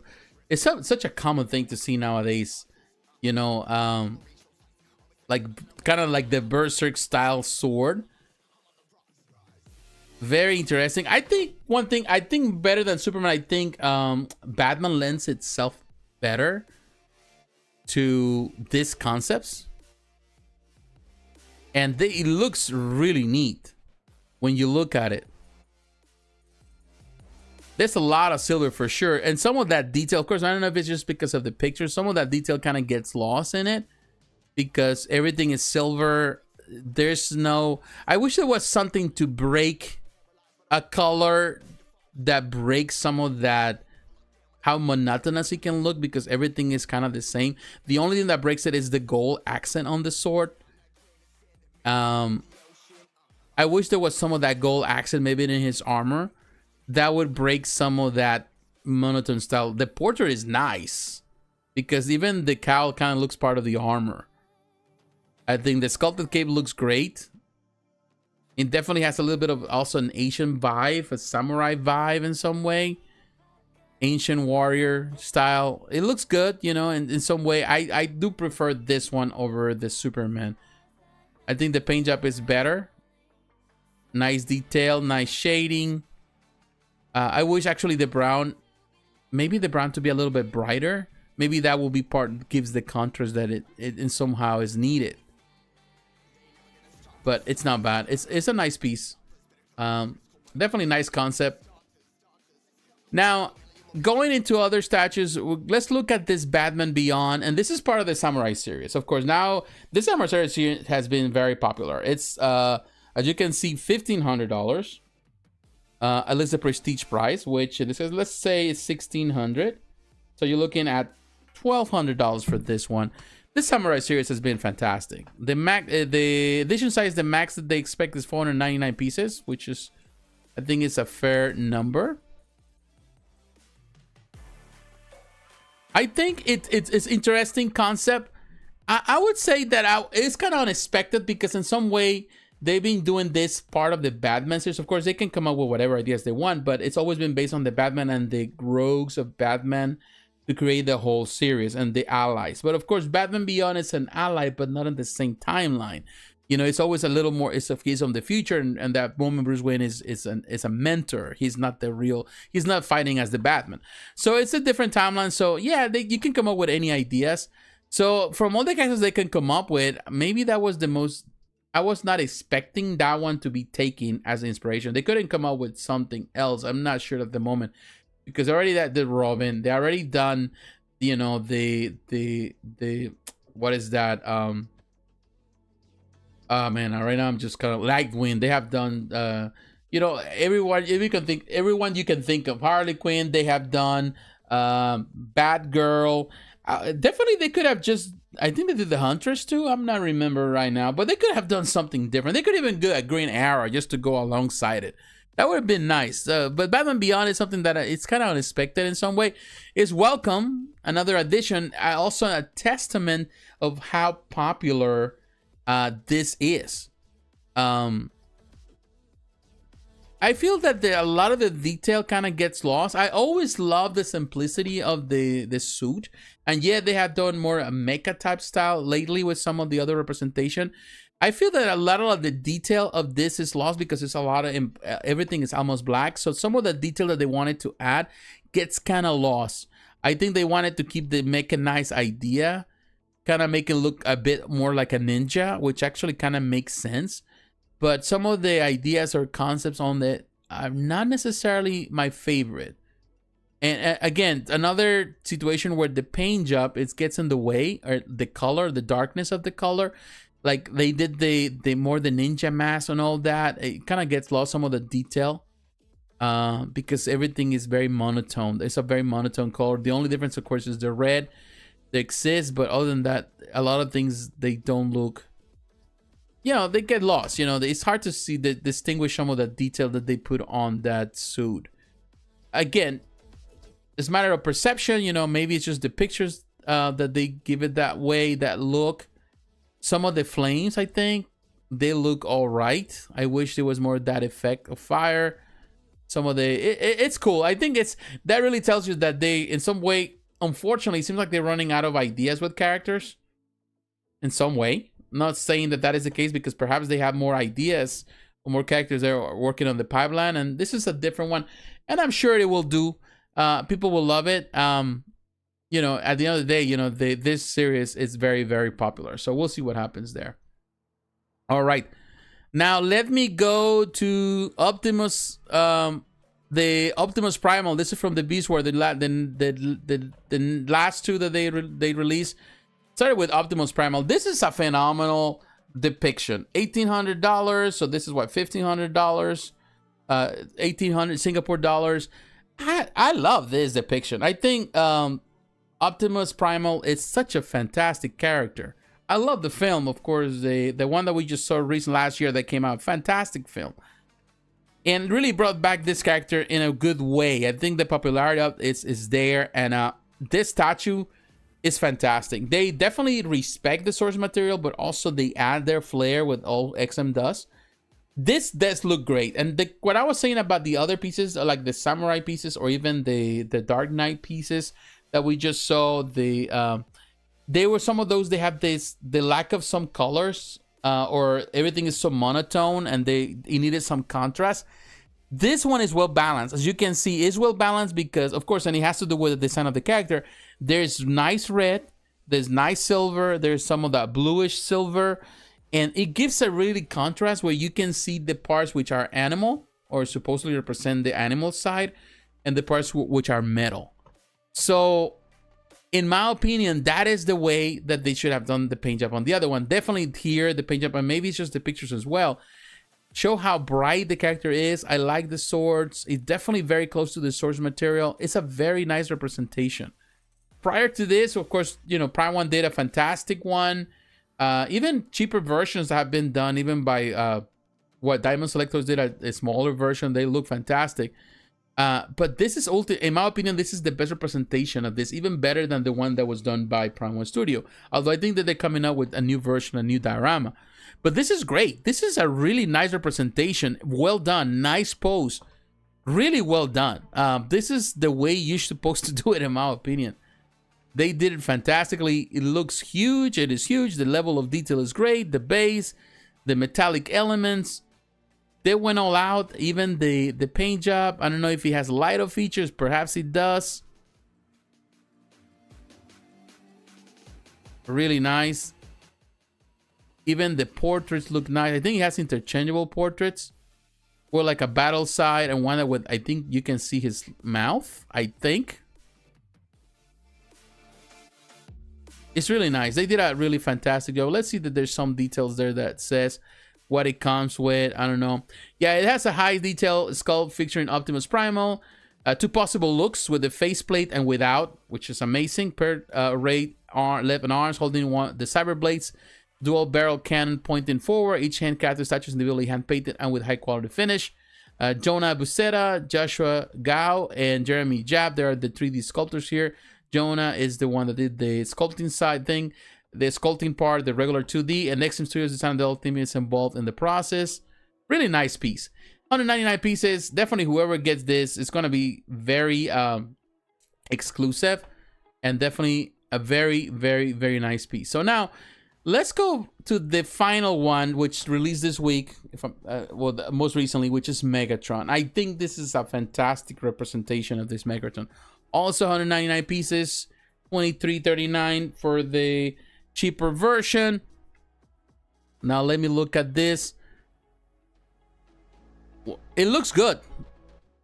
It's a huge piece, as you can see right there. Also, that's nice paint job. There's nice contrast. I wish it was a little more of purple in some areas, maybe. A little more purple would have been nice. Maybe on the dinosaur. Kind of follow, because I think even with the toy lines, that, you know, it was this more purple in the dinosaur. It would have been nice to add a little more purple, but they kind of kept the same track of the kind of the same monotone style. I like how both they look together. As you can see, it's a nice display. Actually, the way to display them like that is perfect. Really neat. It's a really nice. It definitely they did a fantastic job with it. Even the base, some of that lava maybe needs to be a bit more brighter. Yeah, I feel like there's some things that need to be brightened. Even on the dinosaur parts, on the purple and maybe some of the reds. But other than that, I think it's a really nice depiction of Megatron. They did a fantastic job. They're gonna look both great together. Really well done. And it's also John Abuseta, the sculptor, Ching Fong, the 3D sculptor. Definitely XM has done a fantastic job with this piece for sure. Now let me go back and see maybe the notes that I have missed so far. Let me see. Let me drink some water first. Thank you, Late Night, for always being here and for the comments. All right, let's see. I think I'll be okay. Okay, we read that. Michael Keaton in that tuxedo, I don't need. Yeah, I think that is for the one that has the extra cash to is burning their pockets and they need to blow it. Definitely go for it. I will tell you, Michael Keaton has never I don't consider the best actor ever. I always gonna remember for Batman more than anything else. And he did a fantastic use of Batman. He is not a bad actor. Yeah, I think his later stuff would showcase his ability as an actor more than the early stuff. And even some of the comedic things that he did early on, I was never really crazy about him. So it's not like it impresses me as an actor that I need to have his likeness on a statue. But definitely having his likeness on Batman, that is different because that's how I remember him the best. And I think he looks great on that. And that's an iconic, even though he was not that tall, even though he you know, he wasn't like in shape or anything like to say, oh man, this is impressive look. It's just the look, which is iconic from 1989, from that film. So it's always important. That thing about XM is that they execute details perfectly. That's true. That's something that they do. I think the best part about XM is the quality of the stuff. Sometimes the ideas, sometimes I will say one thing that I think limits XM is that sometimes what they represent might not be as eye-catchy or as like impressive as like Sideshow, for example. Sideshow knows how to allure people to this stuff. The differences, and sometimes I think that's when you compare a lot of the portraits of Sideshow. Of course, Sideshow has phenomenal sculptors doing the work, while XM Studio has a lot of young sculptors. Sometimes they don't always have the AAA sculptor. They don't have like they don't have Daniel Bell, or they don't have all these people. Or keep my mind. Sometimes they have some good sculptors, but for the most part, they always have sculptors that they're still making a name for themselves. So you may not have that premium look, or at least the concept might not be all there. But ultimately, what XM does really well, and I'm not saying for everything, because some pieces like the Maestro sculpt is amazing, but ultimately what really makes XM put him above the competition is the fact that what they deliver has the quality, has the detail that you saw, and sometimes even better that you saw on the prototype. That is what makes the difference, because with Sideshow, pieces come and sometimes people are complaining about the quality control, they're complaining about some of the paint jobs, some of the things don't match what they show on the port. It's a lesser interpretation, which is something that we got kind of grown accustomed. It's a lesser version of the prototype that was shown, while XM is a better version of what was initially shown. That's the difference. Where XM improves on the what they showcase, while Sideshow kind of decreases or takes away from that original concept. So yeah, there's differences there, and ultimately that's what you pay. That's the reason why XM is more expensive. You're paying for it. You're paying for the quality. You're paying for a company that is actually going to stand behind the product, that's going to try the most, and they're very nice guys. They're super nice guys. They're definitely down to earth. They're willing to go the extra mile to trying to get things done and resolved for customers. That is fantastic in my opinion. Let's say all the small mechanics. Yeah, I would say that the thing about these pieces is that it's really impressive. And when you compare up to this point, we have seen with Primal Studios being the company that has been doing amazing with the tiny little details, with anything that has to do with mechanic and robots. They've been doing amazing. It's like they sculpt even the small gears are well sculpted. And XM Studios has never been known for that per se, for the robots and these guys, although they've been doing it great with their statues, with the Transformer stuff. I think they get into that same level. they get into the same level where they actually producing stuff that I think these are the most impressive so far. What they have produced so far with this, the Transformer stuff, these are the most impressive. The two most impressive they have done. They're the newest, of course. So they are getting better and better and better and better on this, on robotics, on all this mechanics, accessories, and all that stuff, which is amazing. I can definitely see how colors can lose the detail. Do you think they can get a little over detail? That too, I think that you have to balance it out. Like I was telling you with the Batman Beyond, I feel that that's a lot of detail. The statue is well detailed, but the paint job is all in black. So that black is going to cover most of the detail. So you're gonna lose detail. So you have to find a way to differentiate. And you know, it's harder when you do it, things that are based on prototypes that you have seen on movies. Like when you're doing the Bayformers or you're doing the Transformers that come out like Primal does, they just copying the same elements that they see on the TV screen, on the movie. This is not, they're inspiring, these are inspired on the TV series, on the toys and all that. So you have freedom to kind of interpret certain things, to add or to take based on how you want to do it. And I feel that sometimes one thing that can go is that you can overly paint something and you lose detail on the sculpt. And that's something that is so common sometimes with statues. Or sometimes you don't have enough detail on the sculpt and you're trying to cover up with the paint. So you have to balance it out, you know, and sometimes it depends on your painter. So you have painters that are great. And I think XM has great painters. They always do a great job, but sometimes they miss the mark in some things. Some other painters are better at doing certain things. Some painters understand that. I talked to many painters. I have a couple of friends that I've talked to, and they tell you that it's a balance that you have to play. Sometimes some prototypes that come to you, it's like you got to do a lot of work in order to make it shine because the detail is not there. And sometimes it's the opposite. Sometimes you have too much detail, but they want a very simple paint job. So it's like you're covering the detail. So it's a balance that you have to play. I'm not a painter, I'm not professional, so I'm not gonna really give you a professional advice or tell you exactly how it is, but it's definitely something that kind of can have a good paint job can make or break a statue. And I feel that sometimes, like I've seen it over the years, that they're great prototypes, unpainted prototypes, they look amazing. But once you see the final painted job, you feel like, what happened here? What did they do to this piece? Sometimes I feel that XM does the same thing. I feel that some of their pieces, particularly initially, the sculpt was amazing, but the paint job was in some way flat. It was clean, it was well applied, but it fell flat. And that hurt some of those pieces, or at least the way people, and we're talking about the original, some of the original pieces. Not all of them, because of course there were some amazing ones, like Magneto was phenomenal. Of course, their Ghost Rider was amazing, but some of the other pieces were like sometimes like Captain America fell flat to me. Wolverine fell flat to me, you know, like the original, the first Hulk they did fell flat to me, but they were improving over time. They were doing better. And I think they're getting to a place where like, and they did that with the Samurai. With the Samurai, they took liberties. And because you don't have to follow a concept, you know, it's not like a Hulk is green and that you have to stick with green. You can actually change colors and you play with colors and find the way and solution to problems. So that's the reason why I think the Samurai the Samurai series have been a stand-up, you know, because it looks so nice. It looks different.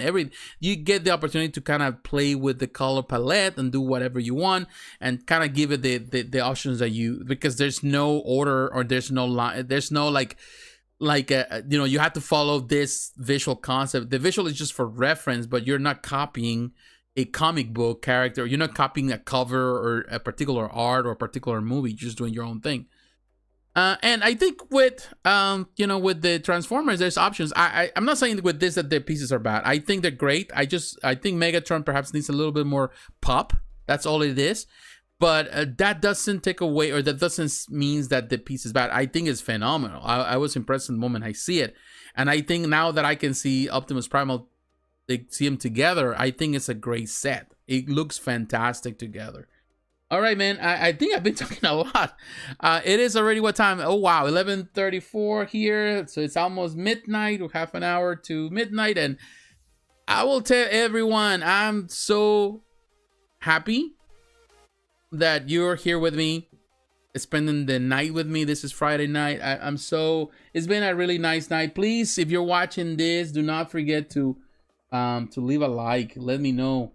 Let me know if you watch. You know, that it's something that helps me a lot to, so, you know, to this channel. We cover a lot of ground today. We talk about figures, diecast models. We talk about 1/6 scale statues. We talk about hybrid statues. We talk about statues and mini buzz. We talk about so many things, so many companies. And at the beginning of the week, gotta be honest with you, I was thinking like, man, is there enough? There's enough to talk about, because it seemed like everything was dormant.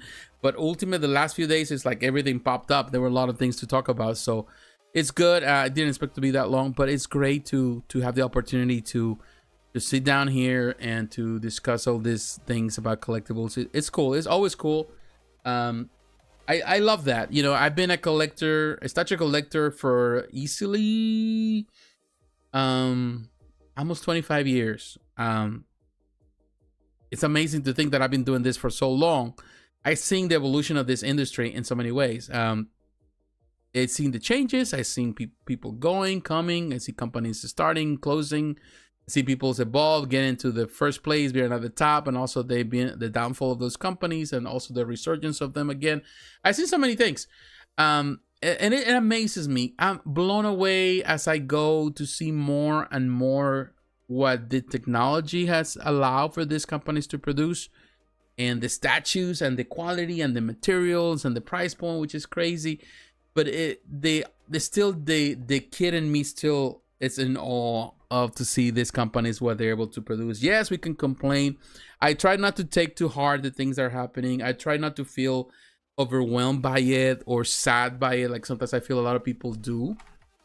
I feel like sometimes people feel like, you know, it's the end of the road. I try not to feel that way. I think that there is a level for everything. There is things that I can collect, things I cannot collect, but one thing I can certainly do, I can enjoy the hobby and enjoy the art and be impressed by it and just dream with it. Yeah, me too, late night. I love it. I think we all come to this as with passion. I think a lot of people start this with passion, and that passion kind of fades away a little bit along the line because of this or that. I think you have to keep the focus of what you're doing is what you're doing. You know, like, what is the reason why you started this? And kind of keep that focus. And what I mean the focus is because, you know, yeah, statues gonna change, collections gonna change, companies are going to change, and sometimes your likes and the things that you want to pursue are gonna change. Sometimes you get tired of doing something and you want to try something new, and that's fine. You know, it's the important thing is that you keep the passion and you don't let this to bother you or to get to a place where it becomes a burden. You know, if it gets to a place where you feel burdened by it all the time, worry about it, then it's not fun. It's taking away the fun. And I see that a lot of collectors do that. They get to the place, they get overwhelmed, and it's natural because I've been there many times over the years. And this career of collector, as a collector, I've been overwhelmed many times. And sometimes it's better to take a break. It's good to kind of step back and look at certain things from an angle, and not to be bothered by things, because I feel a lot of people feel bothered about everything. But there's price, for example. Everybody has to voice their opinion about price. It's like people get bothered. And we live in a time where politics are a big part of everything. Everybody's politicizing everything, and everybody has, you know, because we live in an idea that we can say whatever, freedom of speech. We think that we can say whatever, so people express their opinion. But that is not conducive to no conversation. I feel that sometimes there is the right to speak your mind, but also the right sometimes. And just because you have the right to speak up your mind and to say what you have to say, doesn't mean that you have to. You know what I mean? That is freedom of choice. Like, for example, I have the freedom of speech. I can say whatever I want to say. Leave it at work. I can say whatever I want to say. When I'm talking to a customer that is annoying me, a person that I hate, or a coworker, I could say whatever I want to say. I tell, you know, suck it, you know, get out of here. Or I can say whatever, you know, I'm not going to deal with you. I can just be nasty like that. But then what are the consequences? You know, we have the freedom to do whatever, but that freedom doesn't take away the consequences. So I feel that sometimes happens here, and I see a lot of people, they blast a company or they blast somebody in social media, and they go everywhere, or they go to every Facebook group, or they go to the forums, if they go to social media, they post a mean post over there on their YouTube channel, on the Instagram. You suck as a company. You're stealing money from this. You're robbing us from that. It's laughable what you're doing. Like, what are you going to accomplish with this? There's nothing you can accomplish. Like, yeah, move along. You don't like it, move along. You cannot pay it. You think it's too expensive, move along. That's what you got to do. And I think it's fun to do it that way. Just because I cannot afford one thing doesn't mean that I cannot afford something else. And there's always going to be options for all pockets. That doesn't mean that a company is stealing money. Like the thing with JND, people acting like JND is taking their money, like stealing their money. It's like you haven't even paid them. You haven't even bought anything. So don't worry about it. If they want to price it, if they think they can do it, let them do it. If they fail miserably, then that's on them. That's, it's not the end of the road. Believe me, there's gonna be enough Batmans and Bruce Waynes to go around. Eventually, Hot Toys is gonna produce another one. InArt is gonna produce another one. Another company is gonna produce another one. Some of those companies that we've seen here, like Infinite Statue, might end up doing their own version at some point. There's so many companies popping up, and there's always gonna be a new company trying their hand at it. And believe me, the art is gonna improve even more, because that's always been the case, even for statues, definitely for action figures. So, we have to use our passion, but we have to direct that energy on the right place. Like, I was watching this, and this is just my last thing before I go, that really kind of struck me today, because I was watching on the way, I like to listen to YouTube stuff sometimes on the way home. I was driving, I was watching, and this nothing to do with statues or collectibles. It's a channel that I follow for, like, gives advice on how to grow your audience and things like that. I've been trying to kind of follow sometimes some of that advice, how to improve your channel, because definitely I feel that I need to work on this channel to make it grow. I've been doing this for 10 years. I think it's time for me to start really doing it, with a goal in mind. I did it as a full-time thing at some point, as many of you know, and it didn't work out so good. But because I didn't have a plan, or I didn't know what to do. It was experimentation, and I learned a lot from that, from the mistakes. But it's that the thing is that I was watching, and he was saying something about how can you make this, because the biggest challenge of producing content on YouTube is that sometimes you don't have time, particularly when you already have like a job, you have things to do, and the time to produce content is not there. You come home too tired, you don't have the energy, there's so much stuff that you got to do.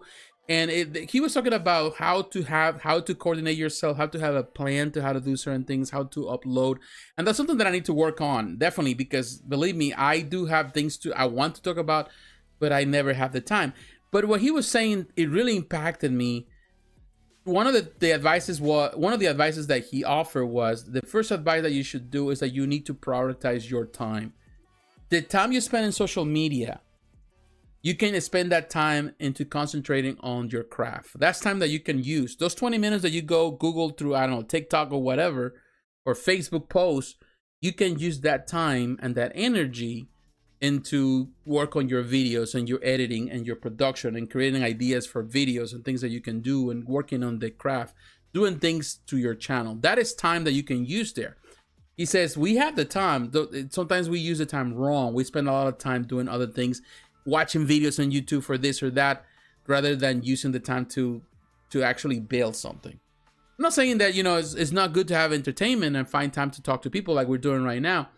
But if you kind of dedicate that time that you spend going through this social media, actually you will save the time and use the time, have enough time to do the things that you need to do. And that impacted me because I need that. I feel that sometimes I waste so much time doing other things, meaningless things, that I could actually use to build the channel, to create content, to create videos, and really kind of give shape to those ideas I already have in my head. But I can use the same example on the way a lot of collectors waste their time on social media, attacking, fighting, arguing, getting into these conversations and wasting time because this or that. That's a lot of energy, like going after a company, just posting mean stuff, or just going after them and posting, I don't like you because you did this, because you sold this at a higher price and I cannot afford it, or because I don't like it, whatever you produce is trash. And I was like thinking, like, is that time wasted? And not only that, it's just you getting yourself angry for no reason. You know, we have supposed to do this for fun, not just to be angry. So sometimes it's better to stay away from that. And I'm something that I'll have to learn, I'm working on, is to stay away from that negativity, you know, from that. You're like, stay away from Facebook, stay away from that. If you like something, like it, express that you like it, move on. You don't like it, you want to express it, especially in a respectful way, but move on. Why you want to be sour, you know, with sour grapes for all day and try to make everyone miserable and going on those groups that love to kind of build that reputation on just kind of like hateful speech, and you go with them and you start getting riling everybody up, and then the whole the hen house gets all riled up for no reason. And I feel like, okay, that's wasted energy. It is what it is, you know. Move on. You know, there's a lot of things as collectors that we can concentrate on. Like, there's time that I can concentrate on doing something like improving my display, coming up with ideas on how to display certain things, solutions about lighting. I can do so much things that you can be done. There's the time that I spend wasting on social media, and I don't consider this waste of social media because what I'm doing here is trying to help people and build my channel. But if I waste so much time doing other things, I can use that time actually to really improve my collection, or to build a display that I want, or do things in my collection that actually are beneficial. Or learning to paint, or to actually to put my own pieces together, you know, customize my own thing. I have friends that have gone, like my friend Chris for Bermuda channel, you know, he started to paint last year, and he is now doing amazing work. So he's utilizing his energy and his time to do what's best and staying away from all that, you know, for all that, the bad baggage that comes with just being on social media constantly and being, you know, bombarded with all this mixed messages from everywhere, from people that actually don't bring anything good to the community. They're not give any value to it. All right, so here it's difficult not to want everything out there. So many amazing things the companies are putting out. Yeah, it is. You know, it's so much stuff. It's like I'm to the point of like, oh man, this is good. This is good. This is good. I'm like this. Like you put the carrot in front of me, and I'm just, you know, it wiggles everywhere, and I'm going after it. It's just, it's amazing. And but at the same time, I'm not a millionaire. I'm not a billionaire. I'm not Jeff Bezos, so I don't have that type of money. So, but I can enjoy it, and I think it's fun to enjoy it. It's fun to see it and dream with it, and to really praise this artist and these companies for doing something very unique and very different. It's not different for me. Like, believe me, I love to see things. I don't have to have it with me, but I can still enjoy it. That's the reason why I became a diecast collector, because I cannot have the real deal, but I can have the diecast model. And that's something that I always enjoy. Like, I recently went on a car show with my nephew. I even filmed on the car show. I still gotta edit that video. I gotta work on it. Hopefully one day. But man, I had so much fun. I love to see old cars, you know, vintage cars. I love to see like expensive cars. I love to see them. I cannot afford them, but it's nice to see them. And it's fine, you know. You never get tired of seeing it. You never get tired of it. You know, it's never tiresome. Just enjoy it for what it is and move on, and let everybody else hate on each other. Yeah, whatever, you know. I don't have time for that. Nobody got time for that. You know, so it is what it is. I think that's something that you have to learn. Sometimes I do. Sometimes I just simply, you know what, forget it. I don't have time for this. And I think it saves me the trouble and the headache. It gives me the opportunity to really enjoy. And I'm enjoying. I'm impressed. I'm blown away by what these companies are doing. It just amazes me to no end to see what they're doing. It's amazing. It's amazing. I wish I was as talented as some of these people are to produce the sculptors. I wish I had that level of talent. The way they do certain things, the ideas they come up with, it's amazing that they have this, how brilliant the art comes out. And even though sometimes it's not as good and there's things that we can point out, it's amazing. It's amazing to see what they are doing. And all these people are following their dreams and producing stuff that is amazing for all of us to see. So, all right, late night trip. All right, everyone, thank you very much for spending time with me. Tonight was amazing. Once again, we talk a lot. We'll see what happens next week. I'm not sure. I'm hoping the plan is to continue these live streams. It depends on the support. Again, thank you for the support. Do not forget to leave a like, to leave a comment. Let me know what you think about this video. Again, tomorrow, we'll have the timestamps on this video in the future. So that way you follow the timestamps. We will divide. I like to divide them so that, people can go to different sections. You can skip the things that you don't like.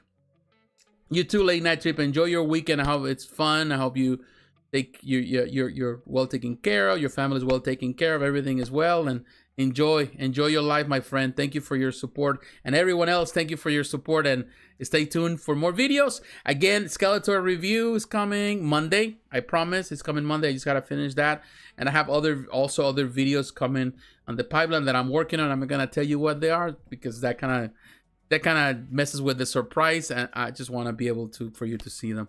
So my friends, God bless you. Take care.